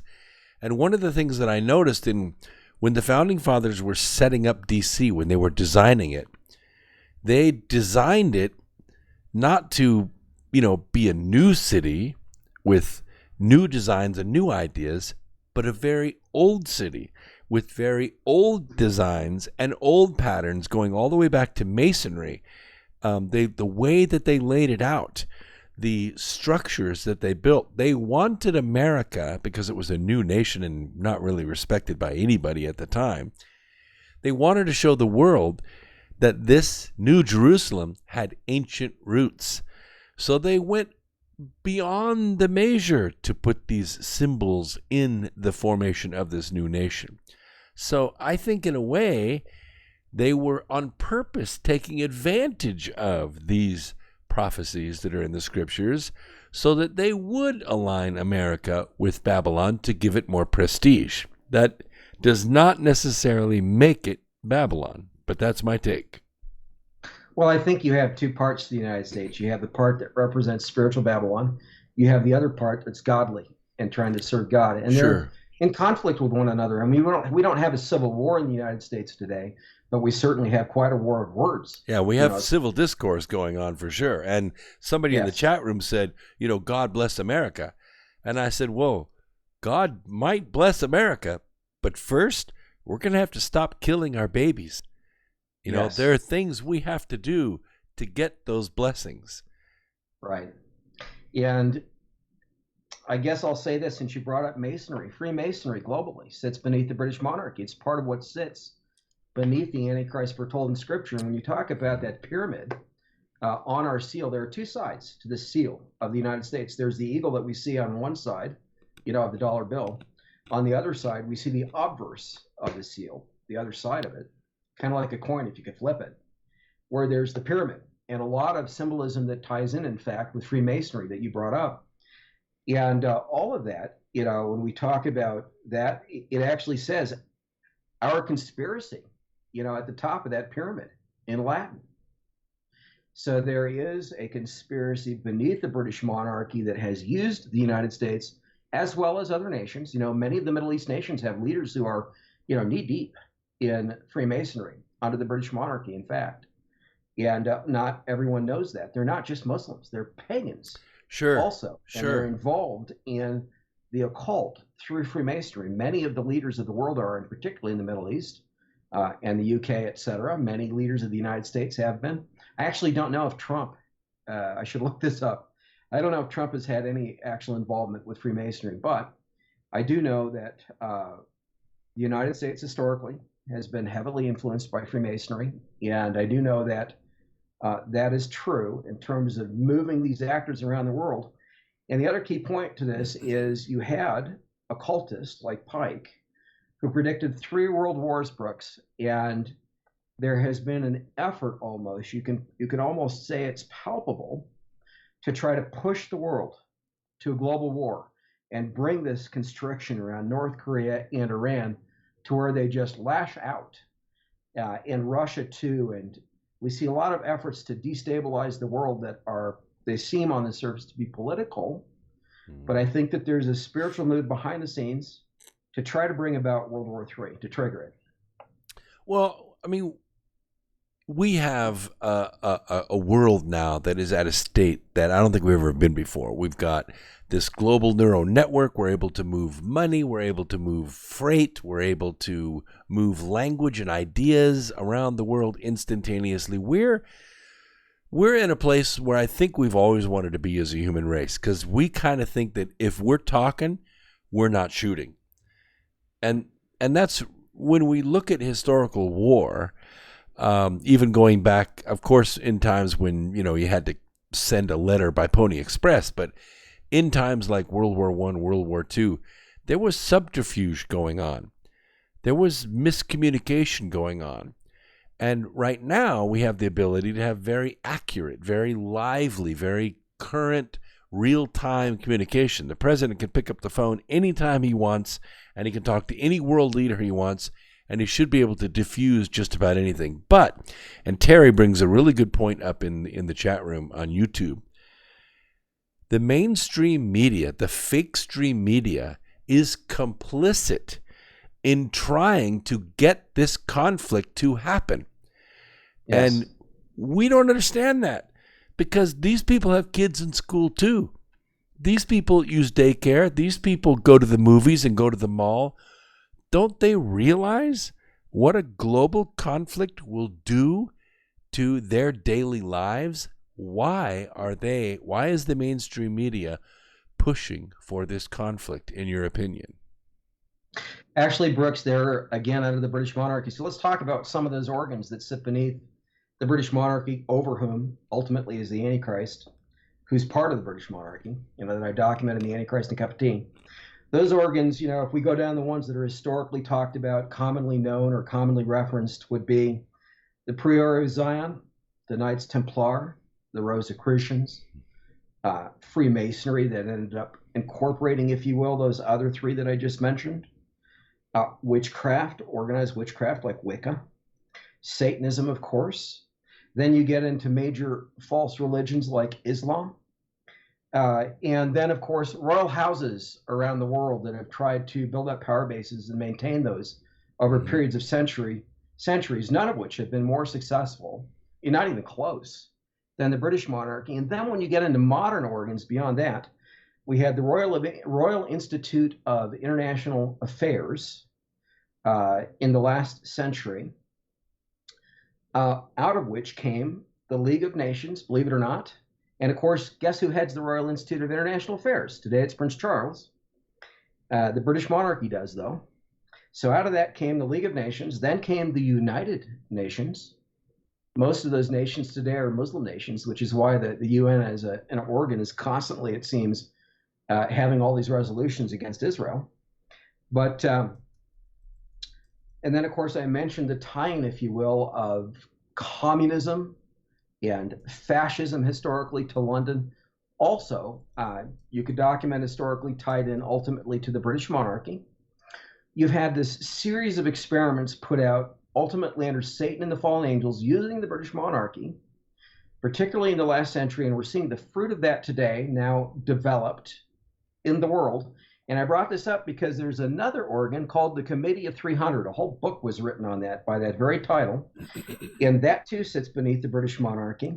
And the Committee of 300 includes the heads of the major news media. All the fake news media, just about literally, are tied into that committee under the British monarchy. So when we see the news media seeming to speak with one voice, the mainstream news media, against what's right, against what's true, trying to destroy, for example, the stability with Russia, as they have by fomenting this fake Russia collusion, delusion, if you will.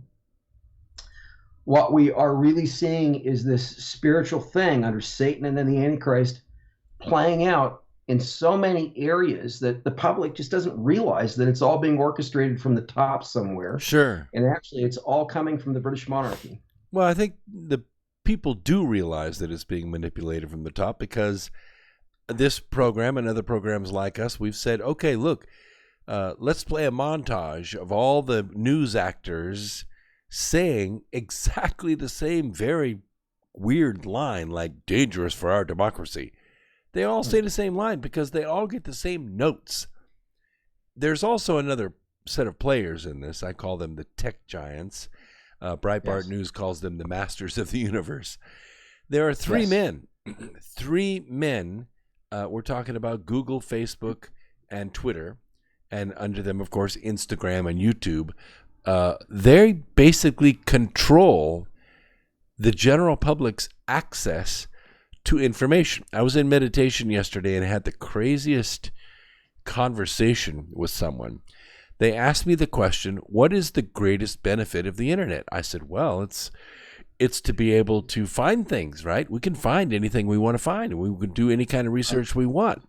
And the voice came back and said, no, that's not the great value of the internet. The great value of the internet is being able to find your buyer, to find your customer. And I said to myself, I said to the voice that was talking to me, but that's not what's happening. There are three men that have built a fence around us. And in that fence is a gate. And that gate they control. When you go do a search for things, they make sure you go through that gate. And they only let you see what they want you to see. So if you're a small business in Kansas and you're trying to hawk your wares on the internet, guess who you get to find? Nobody. Nobody. You don't find your customer, and your customer can't find you unless they know your address. They can't search you out because those three tech giants control that gate. And that's how they're meddling in the 2020 election. They're going to manipulate anywhere from 3 to 5 million votes in the next 19 months. And I guarantee you they're going to manipulate it so the Democrats win, just like they did in 2018. Only it's going to be way worse. So you not only have these 6 media moguls out there who are taking their orders from the British Crown, Here's what you're going to see on ABC, NBC, blah, blah, blah, this alphabet, that alphabet. But here's what you're going to see when you go to Google. Here's what you're going to see when you go to Facebook. Here's what you're going to see when you go to YouTube and Twitter and Instagram. We're going to control all that for you. Unless you know the address in advance, you're not going to find it. And that's the battle we're fighting right now. It is a battle of information. Hopefully it stays that way. But I have a feeling if Tim's right, and I don't think it's a very big if, this information war could go to a hot war. And I don't think there's an easy way to turn back. Do you, Tim? No, I think once things start to play out, it'll just accelerate from there. I mean, we've looked at this stage, if you will, being set for the fulfillment of events that are foretold in Scripture multiple times historically, and multiple times historically, even in our generation, recently, Christians have reached this edge where we think, okay, this is it. Like when we got to 2000, for example, or 2008, that time frame with the election of Obama, more recently with the election of Trump. And I can look at that stuff and I can say, yeah, things look pretty well set. And each time they're a little more set, they look a little more concrete. But what I can say is, even if we can't put an exact time frame to it today, Scripture does give us the means to know when we reach a point that we can actually put an exact time frame. So, for example, when we see Israel attacked and half of Jerusalem taken captive in war by force from Israel, as prophesied in Zechariah 12-14, then that triggers the final 3.5-year period that leads to Armageddon and Christ's return. And I think that before those things happen, that we're going to see these wars with North Korea and Iran. And I don't know exactly how soon that's going to be.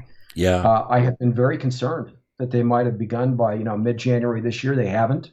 I'm thankful for that. I hope we have more time, but we'll have to wait and see and just watch for that. And I guess one other thing I'll say, if I want to give an example, you brought up these tech moguls and how they're controlling the social media and a lot of things that are now even beyond what the news media does, the fake news media. Bill Gates, this is a good example. And I have to be honest, I haven't looked to see whether it's true of Bezos or some of these other people, like Zuckerberg. I haven't looked, but with Bill Gates, I know that he was knighted by the British monarchy. A lot of the philanthropic things that he does around the world are in coordination with goals that have been set by the British monarchy and through public-private partnerships that they influence. Right. There's a lot in the United Nations that ties directly to the British monarchy. So the Global Security Lecture Series, for example, goes directly to Prince Charles. He initiated it, and he personally delivered the first Global Security Lecture at the UN. Yes, he did. Not a lot of people know that. Yes, he did. A lot of things like that. I look at him, though, and I see this guy who's a couple bricks shy of full load. He's a dolt. Yeah. He's a dweeb. Now, there may be somebody under him that's very powerful, but there's no question. This guy's been around for a long time. He's been connected at a very high level. And we don't really know how rich the crown is, how rich the British crown is, which I think it's an illegitimate crown anyway, but I'm Scottish anyway, so we don't like the royals no way. But the real line, the real royal line, is actually in Australia. But it would take a war for that line to take over from the Habsburgs that are controlling the crown right now. That's just a fact.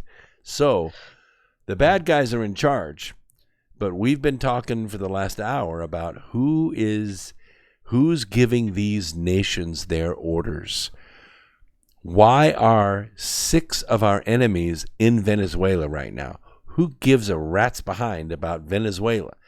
Maduro could be kicked out in a weekend, and the people could go back to a Democrat government. He was on the plane ready to leave, and Putin evidently picked up the phone and said, "Don't get on the plane. We're on our way." And Maduro's still in power. Why?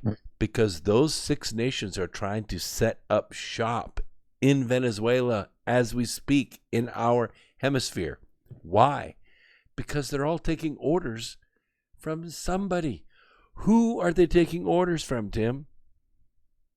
Well, I'm going to say we're running short on time, but I would recommend people get the next edition of the Antichrist and a Cup of Tea. That should be out this year, I hope. But it's available now for pre-publication purchase. Amazon? It's The Antichrist and a Cup of Tea. And is it Amazon or your website? That is on Prophecy House, prophecyhouse.com. There you go. The book is called The Antichrist and a Cup of Tea. Once it is out, it'll be available through Amazon as well. And the book, North Korea, Iran, and the Coming World War, is actually out at this point. Came out last year. That is available through all of those sources, both in print and as an ebook. In fact, if people have Kindle Unlimited, Brooks, they can actually get the book for free right now. Awesome. Do that. We got to take a break. We'll be right back after this. Thanks, Tim, for being on. Thank you.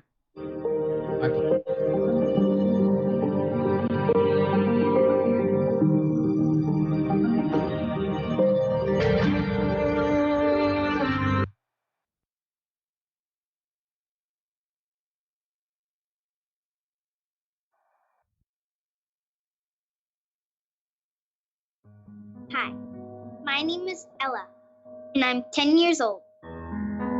I'm one of the millions of children born to parents suffering from the sheeple virus.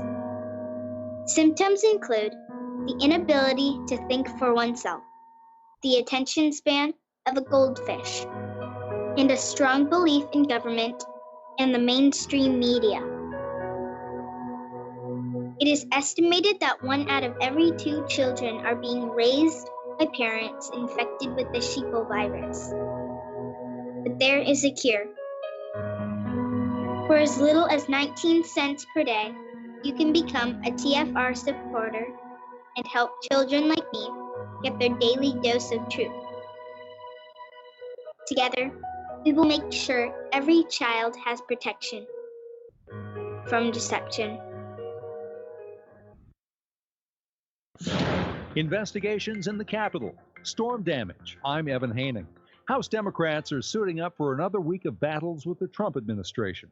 Correspondent Jeremy Diamond says there are many things at stake, from the release of the president's tax returns to the question of whether special counsel Robert Mueller will testify before Congress. We're seeing really a stonewalling effort from the White House. And Congressman Adam Schiff, the chairman of the House Intelligence Committee, he's making clear that one thing that he definitely wants to see from this White House is allowing Robert Mueller, the special counsel, to come forward and testify. Attorney General William Barr made an oblique reference to the conflict between the legislative and executive branches of government when he addressed the National Association of Police Organizations as keynote speaker at a Police Week event. I've been Attorney General now for less than 3 months, and I haven't been able to get out of Washington. But once I deal with this Beltway silliness,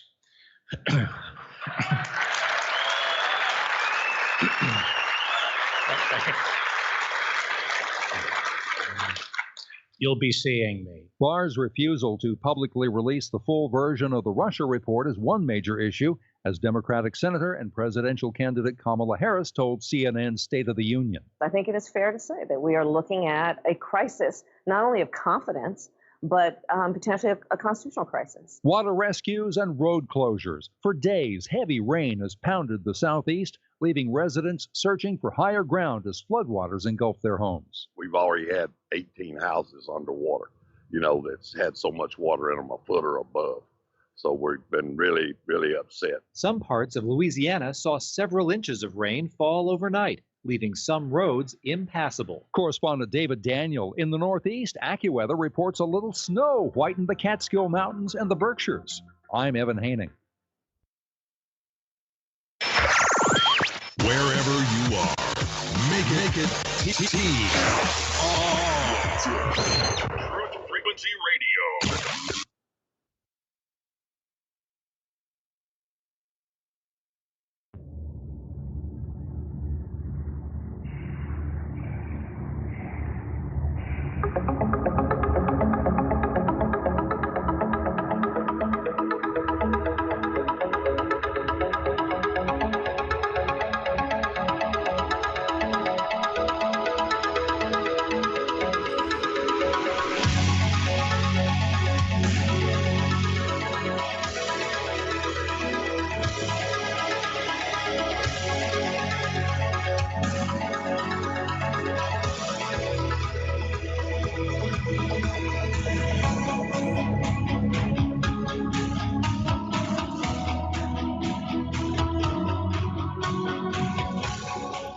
Okay, we're glad that you're back with us. Final hour, X Squared Radio tonight. This is your America free radio outlet Sunday night, every Sunday night, right here on the Truth Frequency Radio Network.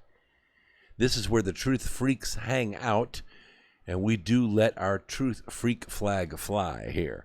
Our phone lines are open right now. I'm going to open them for the final hour. So any of you that would like to call in, let me check, make sure I don't have anybody. I do have a person standing by.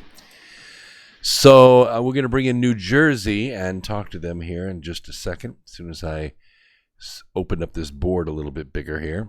It's a self-directed studio here. I just wanted to let you know that the 31st of this month, I am going to be at Contact in the Desert. Just give you the poster. Here it is. Contactinthedesert.com. Contactinthedesert.com. Get your tickets. Meet me there. We're going to be in Indian Wells, California, with about 2,000 of my friends and several of the best speakers in the world. This is the biggest event on the planet for the disclosure movement. If you ever thought about going, this is the 7th year of this event, by the way. If you ever thought about going, this is the year to go. Because there are going to be some breakthroughs this time. It's not going to be so much rah-rah and fakery. It's the real stuff this year. So I want to meet you there. Contactinthedesert.com. And don't forget that all of my books are available on Amazon. You're going to see them flashing there on the right side of your screen. And we're going to get right back into what's going on with the United Arab Emirates today. This is current stuff. This is the tensions that we talked about in the last hour with Tim Cohen. And by the way, you can get his books at Amazon at Kindle. I think you can get the version of his book for free if you go to Kindle right now and look up Tim Cohen, C-O-E-N. But let's go ahead and bring New Jersey on right now and have a discussion. Welcome to the program. How are you? Are you there? New Jersey, you are live. He's been waiting a long time. Maybe he's just been listening. But we have a wireless caller in Metuchen, New Jersey. Are you going to come on the program, or are you just going to sit there and listen? It's up to you. Okay, we'll mute him again, and we'll stand by. The United Arab Emirates said Sunday that 4 commercial ships off its eastern coast were subjected to sabotage operations, just hours after Iranian and Lebanese media outlets aired false reports of explosions at a nearby Emirati port. Emirati officials declined to elaborate on the nature of the sabotage or say who might have been responsible. However, the reported incident comes as the U.S. has warned ships that the Iran or its proxies could be targeting maritime traffic in the region. You know, they don't necessarily have to attack American ships. They can attack any ships, and these ships blew up. And America, by the way, is deploying not just the aircraft carrier, but also B-52 bombers in the Persian Gulf. I will tell you, I was at a B-52 base when I was stationed in the Air Force. It is said in the battlefield that the sound of a B-52 is the last thing you will ever hear. Tensions are rising as we speak. Of course, President Trump very wisely withdrew from a very bad nuclear deal that John Kerry brokered, and by the way, is still over there brokering.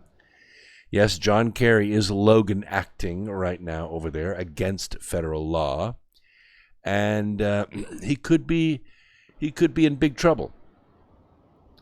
Lebanon's pro-Iran satellite channel Al Mayadeen quoted Gulf sources falsely reporting that a series of explosions had struck Fujairah's port.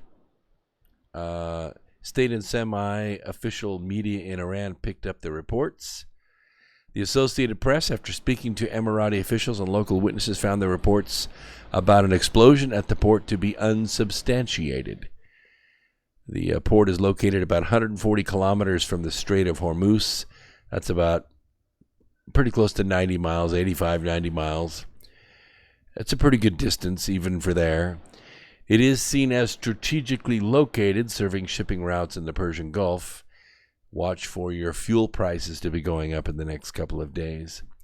So what's going on in Washington? What's going on this side? What are the posturing that's going on? You heard Attorney General Barr say as soon as he gets done with this Washington silliness, he called it, he's going to get down to business and continue his investigation into Russian collusion between the Russians and the DNC, not Donald Trump. That investigation is over. Now, there's more investigation going on because there's a lot of money. We're talking about billions of dollars of political buy-in that has been done, not just by China. That's all you're hearing about right now is China Joe.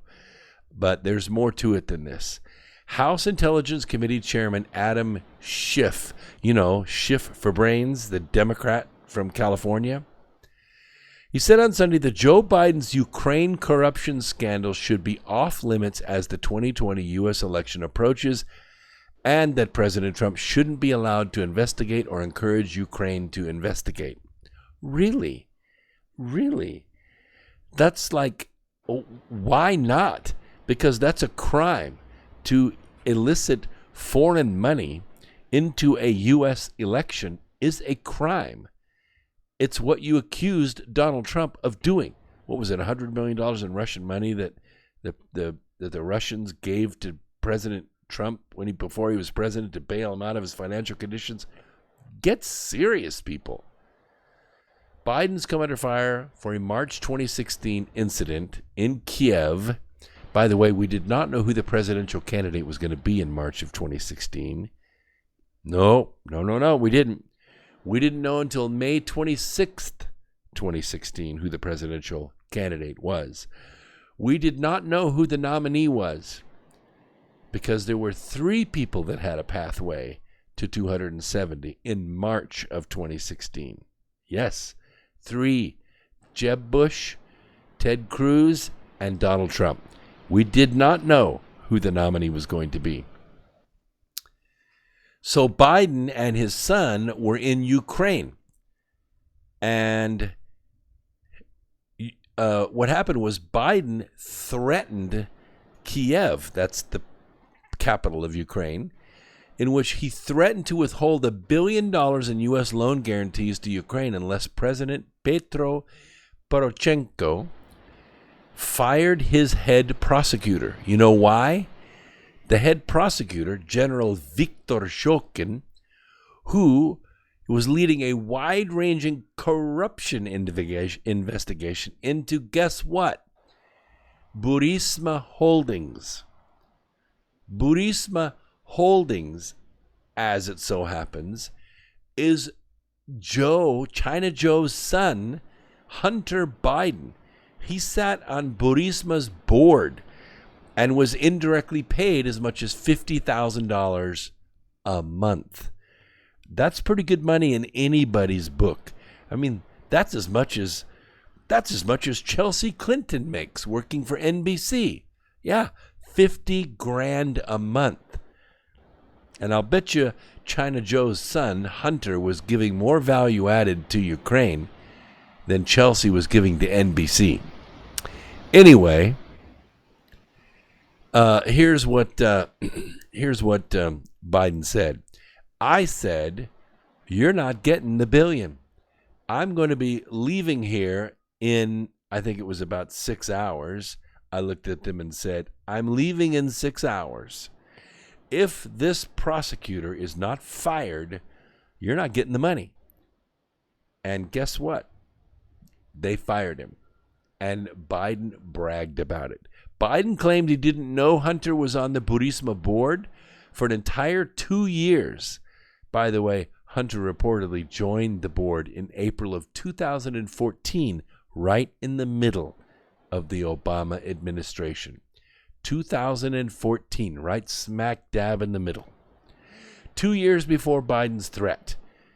And that the effort to remove Shokin had nothing to do with this deal, but it did.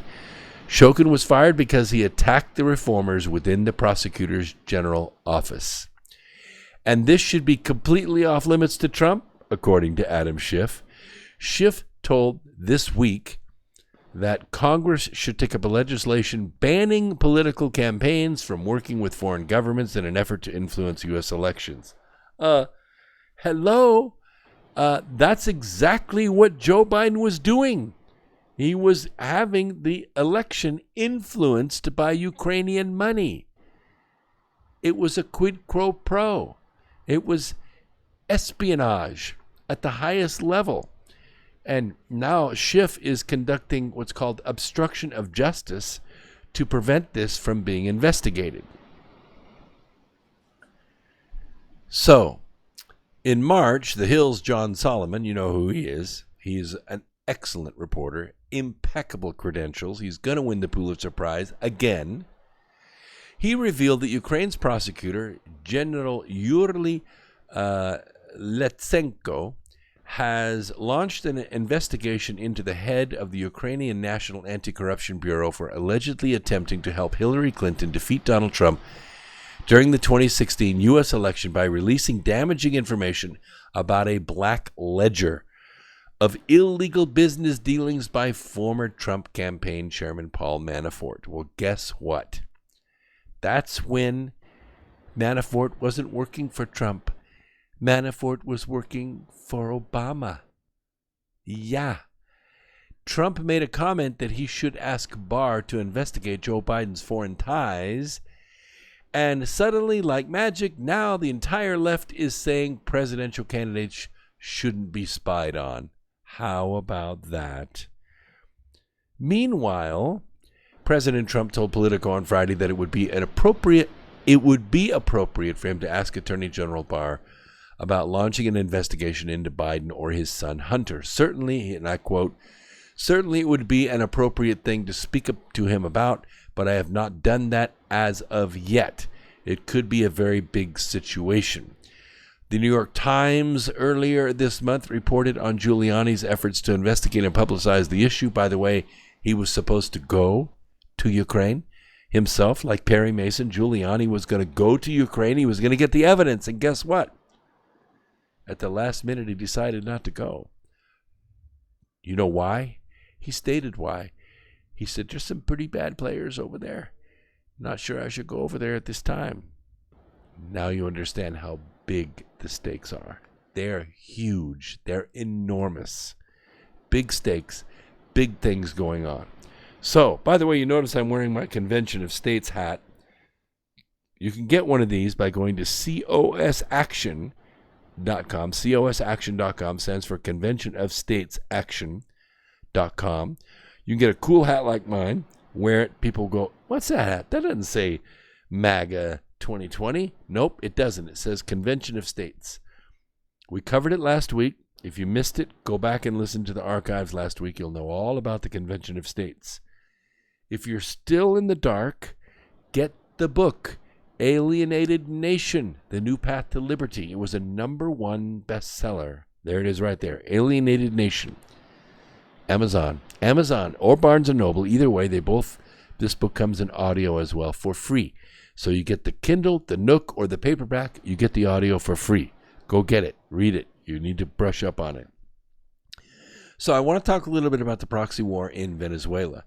China's ruling Communist Party has had its foreign relations arms to subtly distance itself from Maduro this year. Unlike neighboring Russia, which openly boasts of having intervened militarily in the country on Maduro's behalf, and also Cuba, which has military advisors down there, and Iran in the form of Hezbollah. They have advisors there.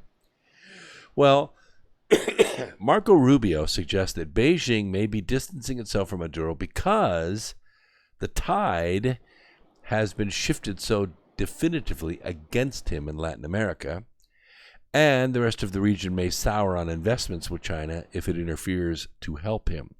It's very sensitive right now. You know, the Chinese stock market has taken a few hits this year. You know why? Because of the tariffs, of course, because of the trade negotiations. No. Don't listen to Chris Wallace. It's not a trade war. You don't even know what a trade war is. You don't even know. We're not even having one. This is just negotiations back and forth, just posturing, all that's going on right now. By the way, we're booking enormous amounts of money right now. We're booking about $100 billion a month. Yeah, $100 billion a month. By the way, that's in the black. That means we're going to start paying down the national debt, especially if they can lower interest rates. But let's get back to this. Here's the deal. In Venezuela, the Chinese are very involved, okay? First of all, they're owed a bunch of money, and they're not going to leave unless they get it, okay?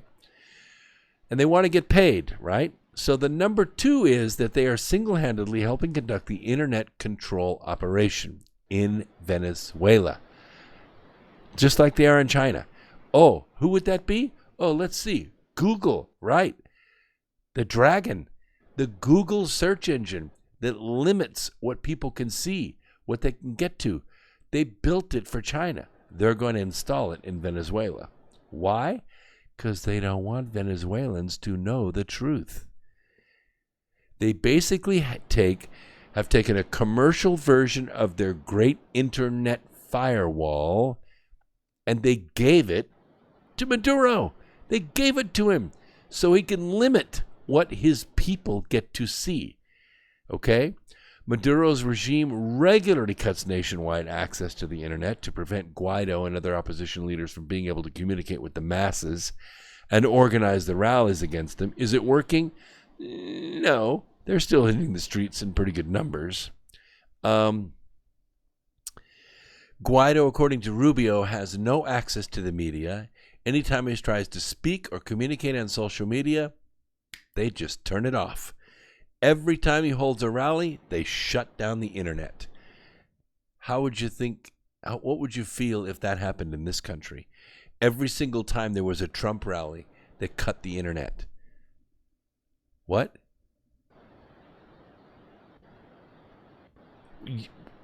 Essentially, yes. Essentially, if it wasn't for right side broadcasting, you wouldn't even hear a Trump rally. No, you don't hear it full length on CNN. You barely hear it on C-SPAN. You don't hear it on Fox. They don't play it on the radio anymore because, you know why? They're old hat.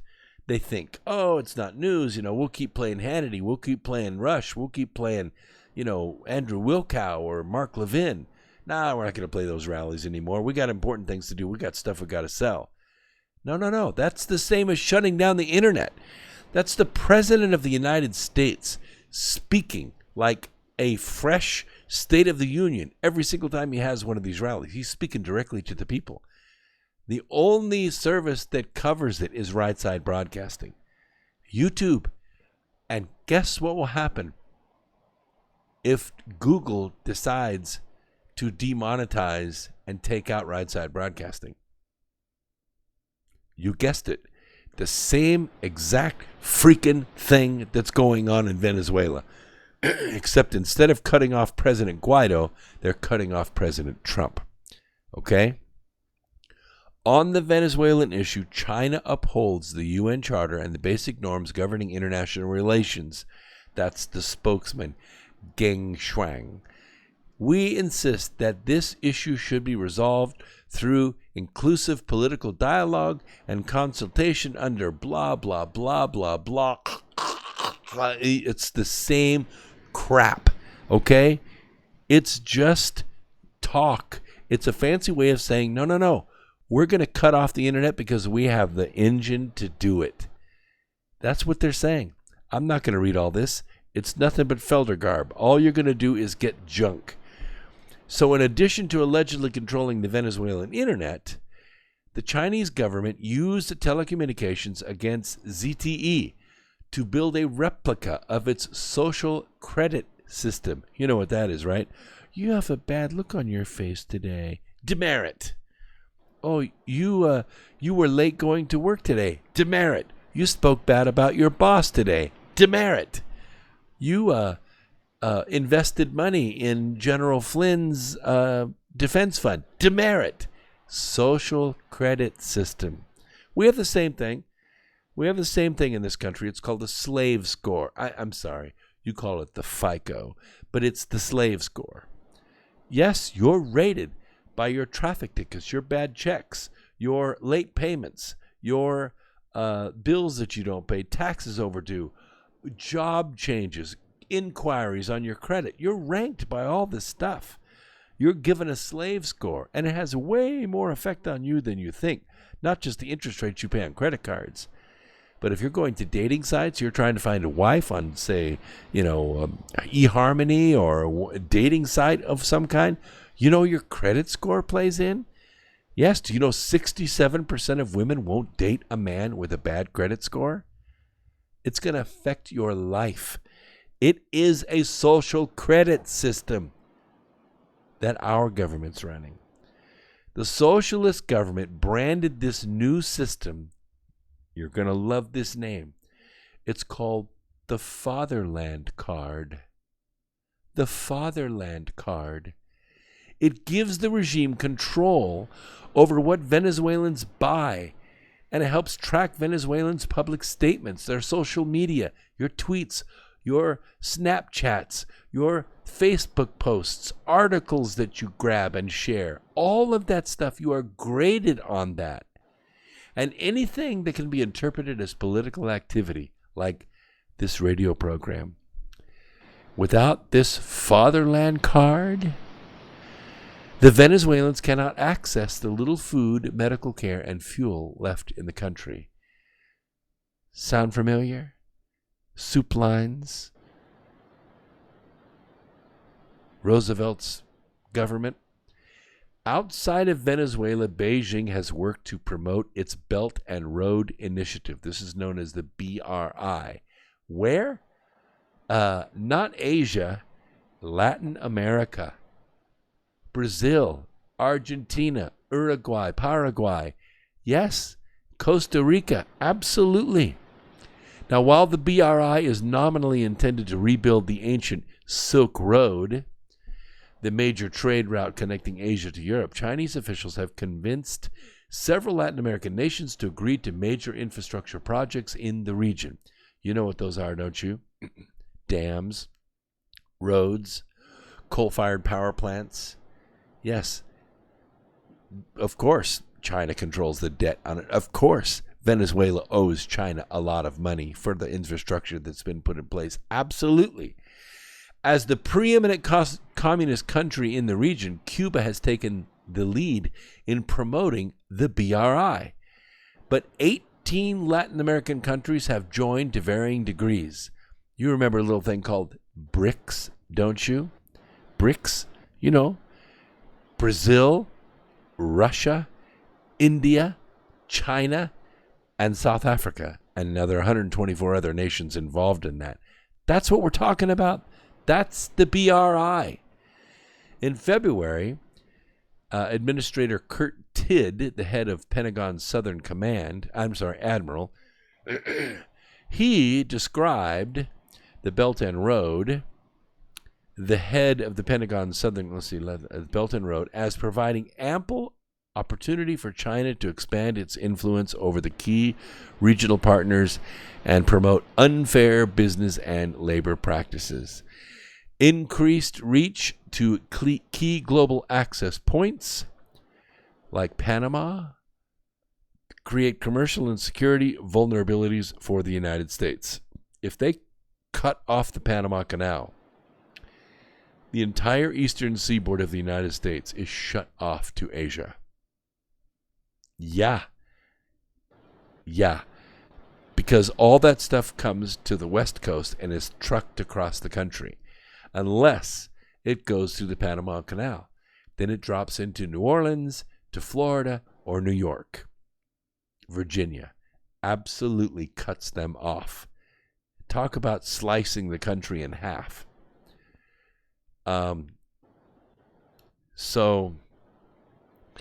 Let's see. That's basically what I wanted to say. It facilitates intelligence collection, compromises communication networks, and ultimately constrains our ability to work with our partners. This is a big deal. This is why Venezuela is such a big deal. It's why we're playing this big game. And it's dangerous. It's a dangerous game.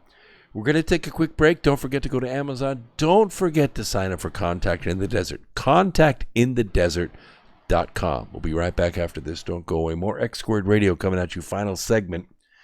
Phone lines are open. 213-233-3998. 213-233-3998. We'll be right back.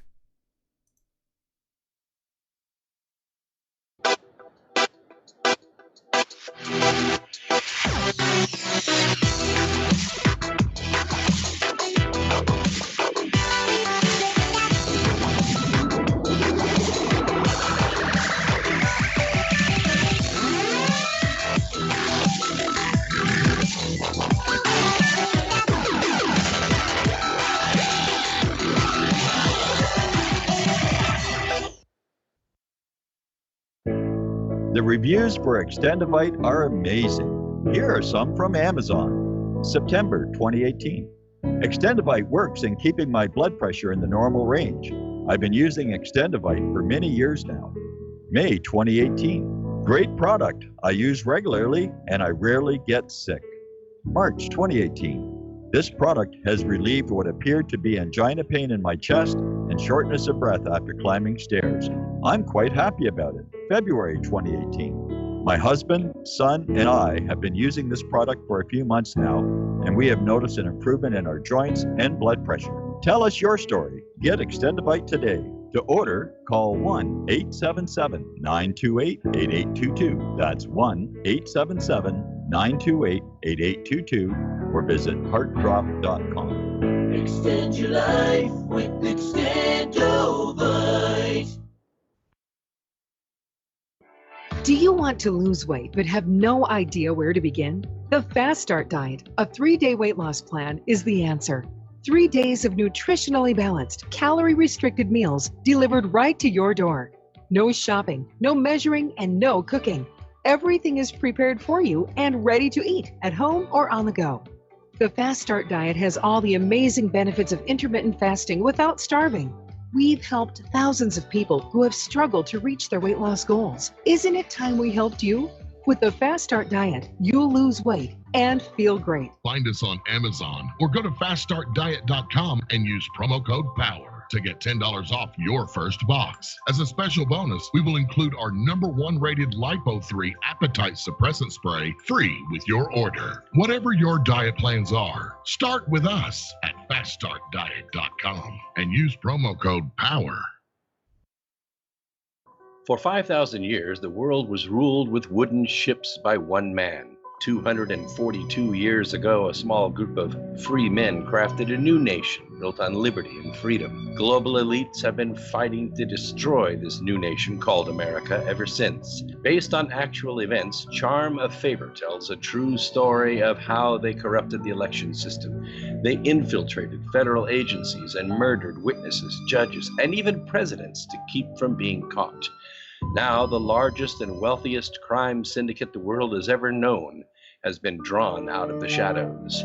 They have killed hundreds of Americans and recently attempted to assassinate half our congressmen. Still, they escape arrest through an almost supernatural charm of favor. Read Charm of Favor and be prepared to open your eyes to what may lie just around the corner. Charm of Favor is available on Amazon and Barnes & Noble. No hate, no hype, no fear. We are TFR Frequency Radio.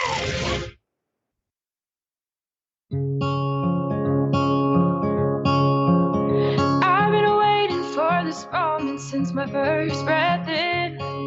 Never would have thought I'd be afraid to begin, but here I am, the edge of the water, wondering if I can swim.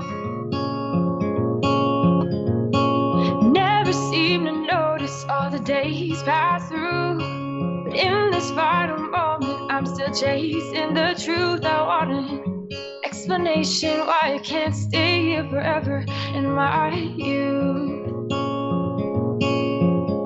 And if I press on, Will you wait? Will you wait for me forever, or would it be wrong to ask you to come with? Tell me, will you wait? So good to have you here with us on X Squared Radio final segment. Appreciated Tim Cohen coming on the program tonight. We're not always in agreement about, prophecy, and that we're kind of locked into this irrefutable future. And that's okay. That's okay. We appreciate all points of view here.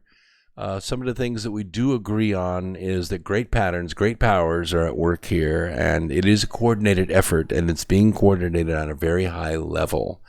And that's what we're seeing. That's what we're noticing, and that's what we're feeling. But we also realize that we are very conscious beings, and as long as we're awake, as long as we're aware, as long as we're informed, we can put our thoughts and our consciousness on things, and we can change those things. We do have a caller on the line. Oh, we did have from Texas. They disappeared. If you want to get on the program, it's 213-233-3998. I'll bring you back on if you want to, Texas. No problem. Just call back in. I'm watching the boards right now. So I appreciate you being part of the program tonight. This is the final segment. We have been kind of dipping our toe in and out of this idea of a civil war kind of going on in America right now. And it's going on as we speak. What's gone on just this week, there's a public statement Mr. Burns said in Washington. He said, "Enough is enough.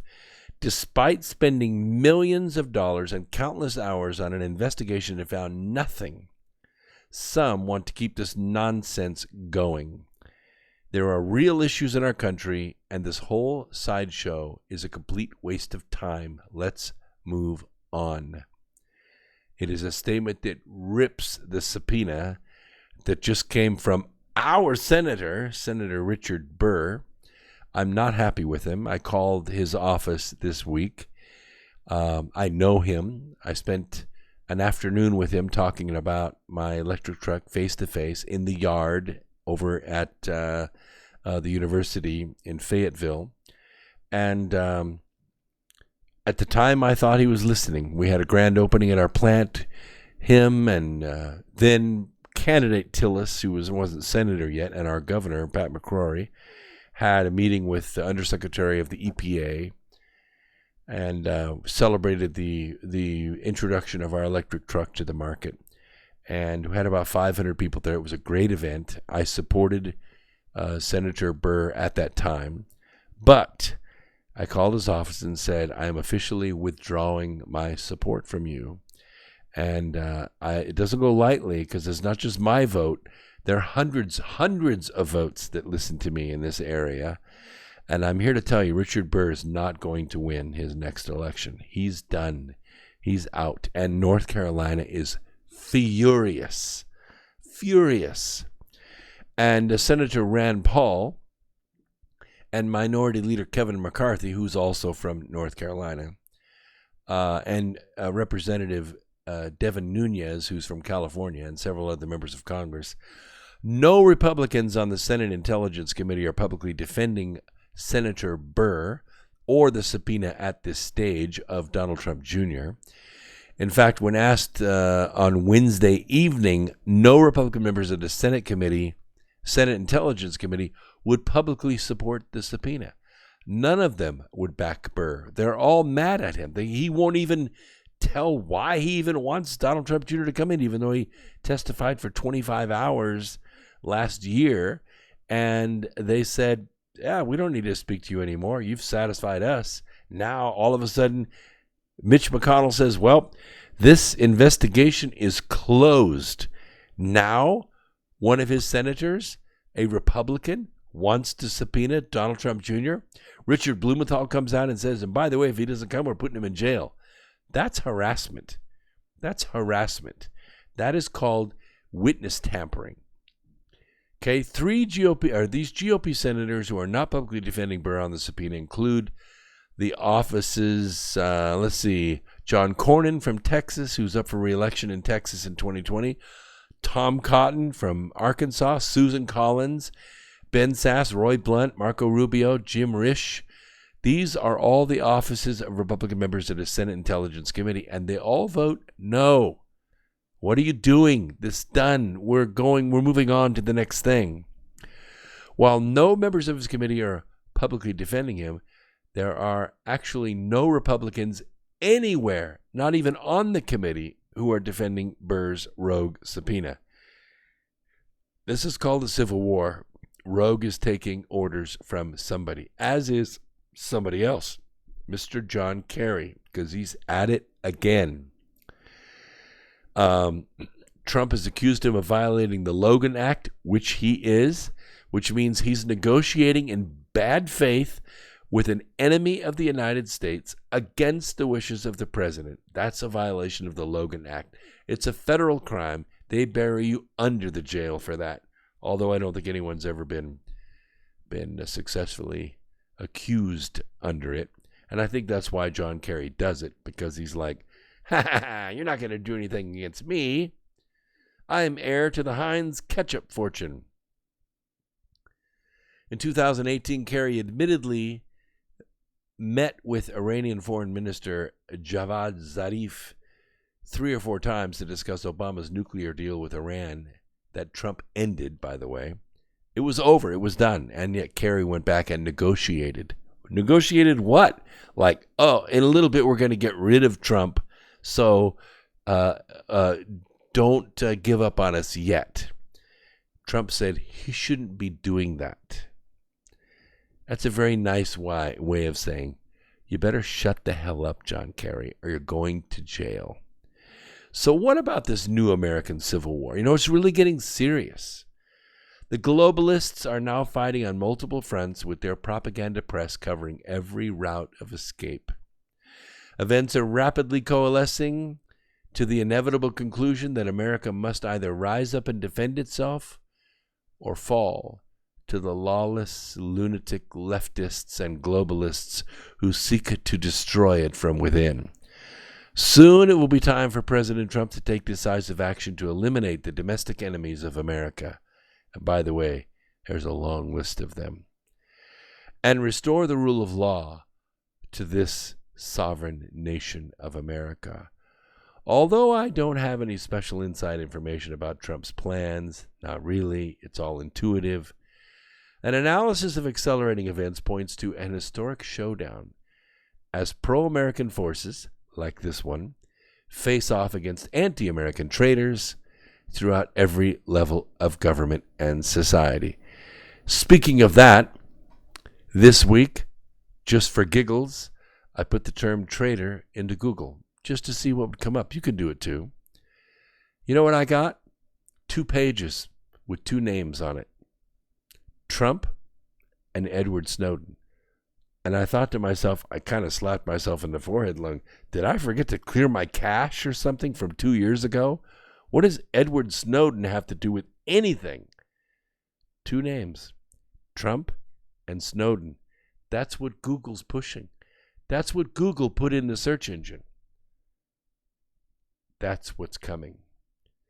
With deranged, lawless Democrats now demanding the impeachment of Attorney General William Barr for completely fabricated reasons, by the way, which I maintain are obstruction of justice. When you hold the Attorney General in contempt of Congress for conducting an ongoing investigation into collusion between the Russians and the DNC, that's called obstruction of justice. That's called obstruction of justice.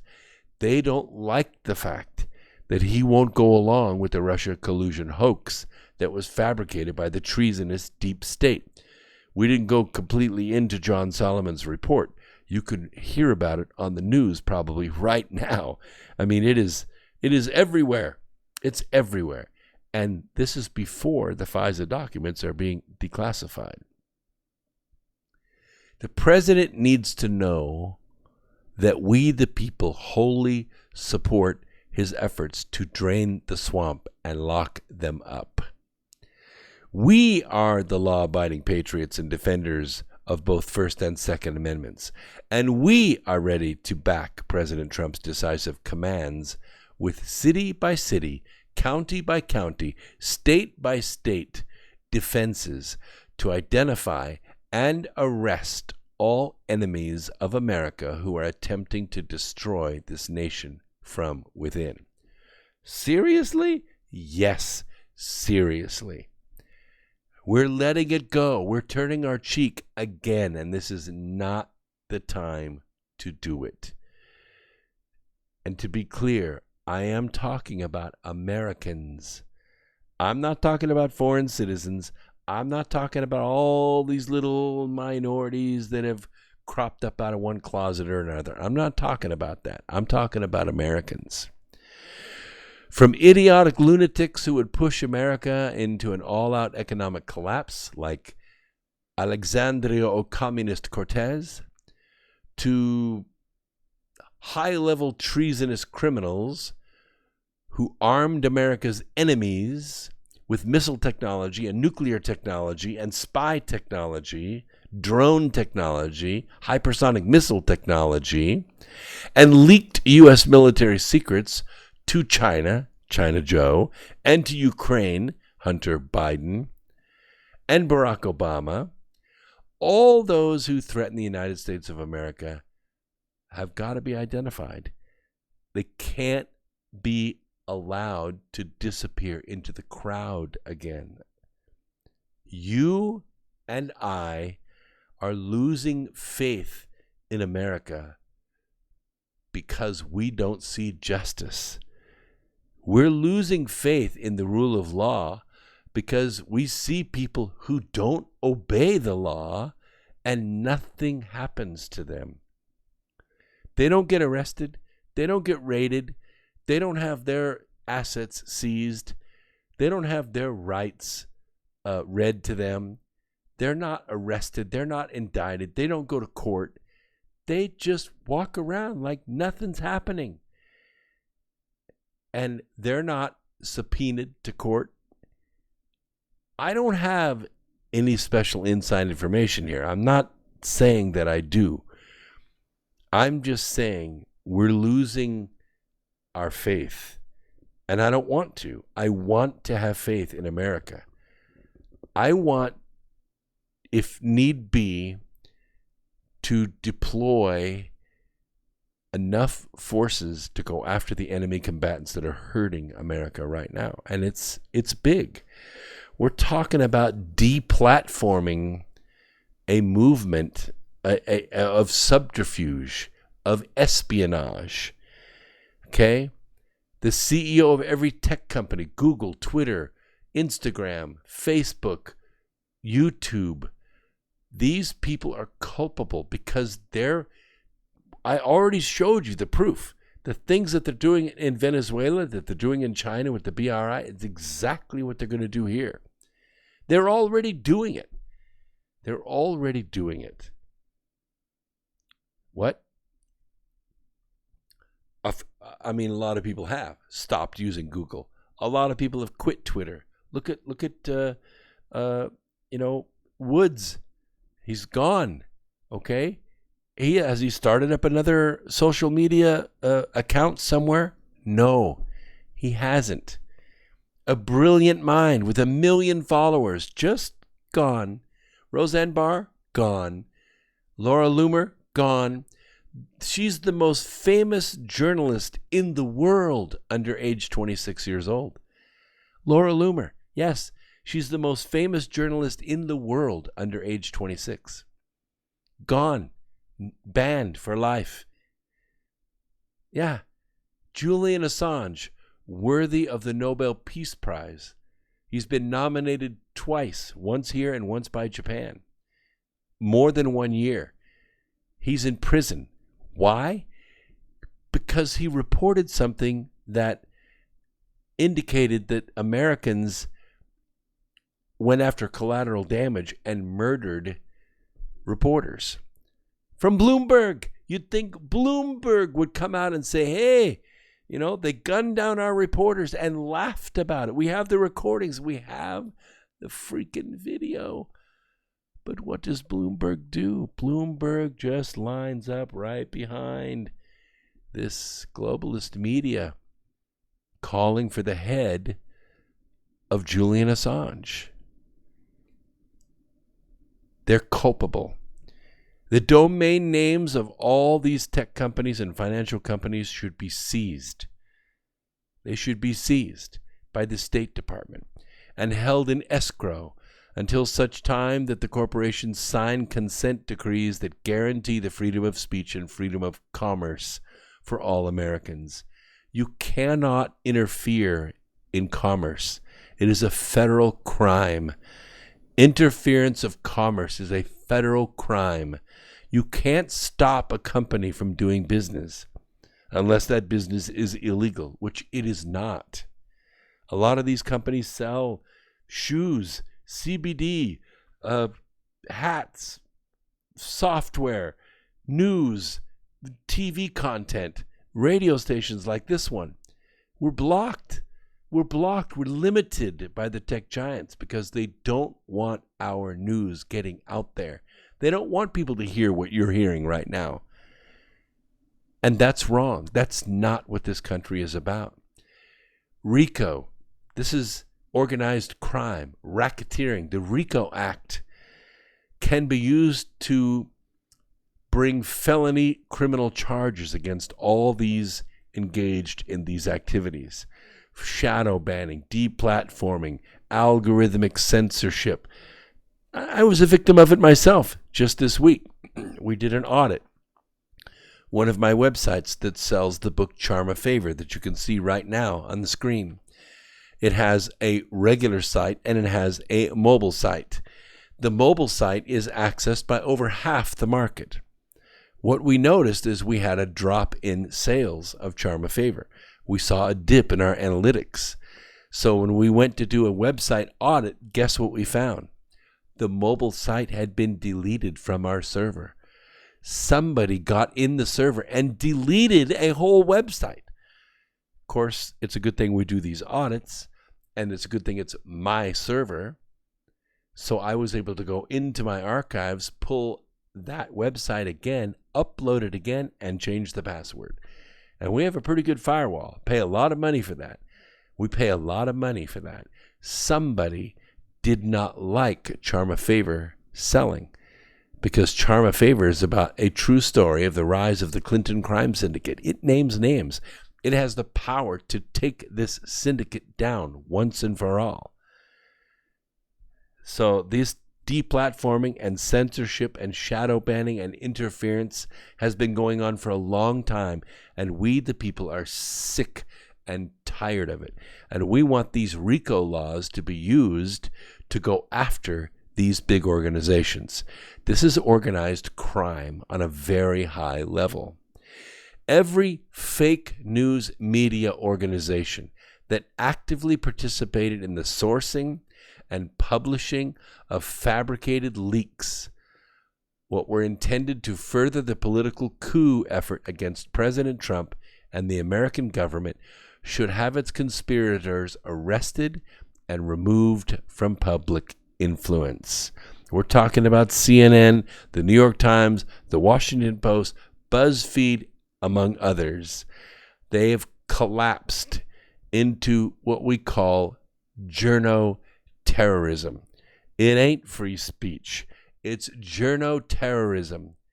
It's yellow journalism. Hubs where they can attempt to terrorize the American public with fabricated news hoaxes with the aim of destabilizing the American government. And these activities have been going on a long time, not just recently. You remember Joe McCarthy?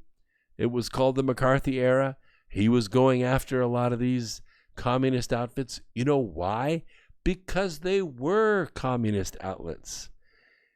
We had Diana West on this program a few weeks back. We talked about the Red Thread, okay? That book outlines the Marxist roots behind guys like Comey and Brennan and Nellie Orr and all these other individuals. Sally Yates, who was the other one? Newland, Victoria Newland.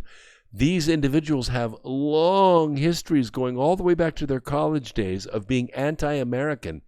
They voted for communists. They consorted with communists. They were paid money by communists to influence our government. What happened to them? Nothing. Nothing. This is the lack of justice that I'm talking about. Okay? Every member of Congress in both the House and the Senate who has actively participated in furthering the Russian collusion hoax and attempted this coup against the United States of America needs to be expelled. At the very least, we'd like to see them arrested for their anti-American activities, but they need to be expelled. Okay? Part of the cleanup operation to eliminate domestic terrorist groups that are operating inside the United States, you know who I'm talking about. How about Antifa? Yes, operated by OFA, the Organization for Action, a fully funded terrorist organization operated by the former president Barack Hussein Obama.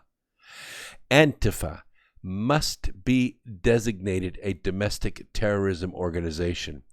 And all those who collude with Antifa to carry out acts of violence, burning, beatings, lootings, kicking, beating up elderly people, who exploit their positions of academic power to recruit and deploy domestic terrorist groups against the United States, they need to be arrested. You need to remove tenure for college professors. Take away their protections. If you have to, dissolve the teachers' union. Yeah, dissolve the teachers' union as a threat to national security. Don't worry, those teachers are not going to lose their jobs. Good teachers are not going to lose their jobs.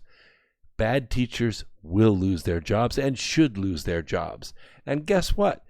There are enough good teachers who will take those jobs, and our schools will be better for it. Thomas Jefferson said it best. He said, education needs to be free and available to every American. As soon as it is controlled by central power, what you get is central education, called indoctrination. All the governors who signed laws authorizing the voting of illegal aliens, they should be arrested, and they should be charged with conspiracy to commit voter fraud. It's happening on lower levels, but it needs to happen on the higher levels. A national voter ID law has to be put into place and has to be fully enforced. If we don't, we're going to lose our republic. Until California or any state agrees to enforce voter ID law, that state's members of Congress must be suspended and prevented from participating in federal legislation in any way whatsoever. Oh, by the way, the message to California, Californians get it. Believe me, Californians get it. I'm a former Californian myself. I have close friends who are Californians, and believe me, they feel this way. If you don't enforce voter ID laws, you're going to lose your senators, your members of Congress, and your electoral college votes. Count it up. It's 55. 55 votes gone. You're no longer going to be an influence in national politics. Oh, you want to take the president off your ballot because he hasn't revealed his tax returns? We take you off the ballot because we cannot validate your voter. You cannot participate in democracy if you aren't willing to follow the basic rules of democracy. So by now, President Trump knows that the American people are ready and willing to activate their Second Amendment responsibilities nationwide. We don't want it to come to that. It should never come to that. But that is the prospect that has kept America free all this time. Because if the Second Amendment was not in place, we would have been gone a long time ago. The authorization may not come before the 2020 election. Many think that once Trump wins a second term, there's nothing holding back a full-fledged defense of America and the complete rooting out and elimination of America's domestic enemies. And there are many. I am more well-connected intuitively, I would say. There may not be a 2020 election. It could get that bad. The 2020 election has already been so corrupted with the recent test run of ballots R Us in multiple states that the integrity of the national election system is not reliable. I want you to pay close attention. Don't miss a Sunday. And be sure to go out and look for the good in others and help it to grow a little bit every day. Protect yourself against the bad in others, because it's out there. This is X Squared Radio. I'm Brooks Agnew, saying peace, Earth Explorers.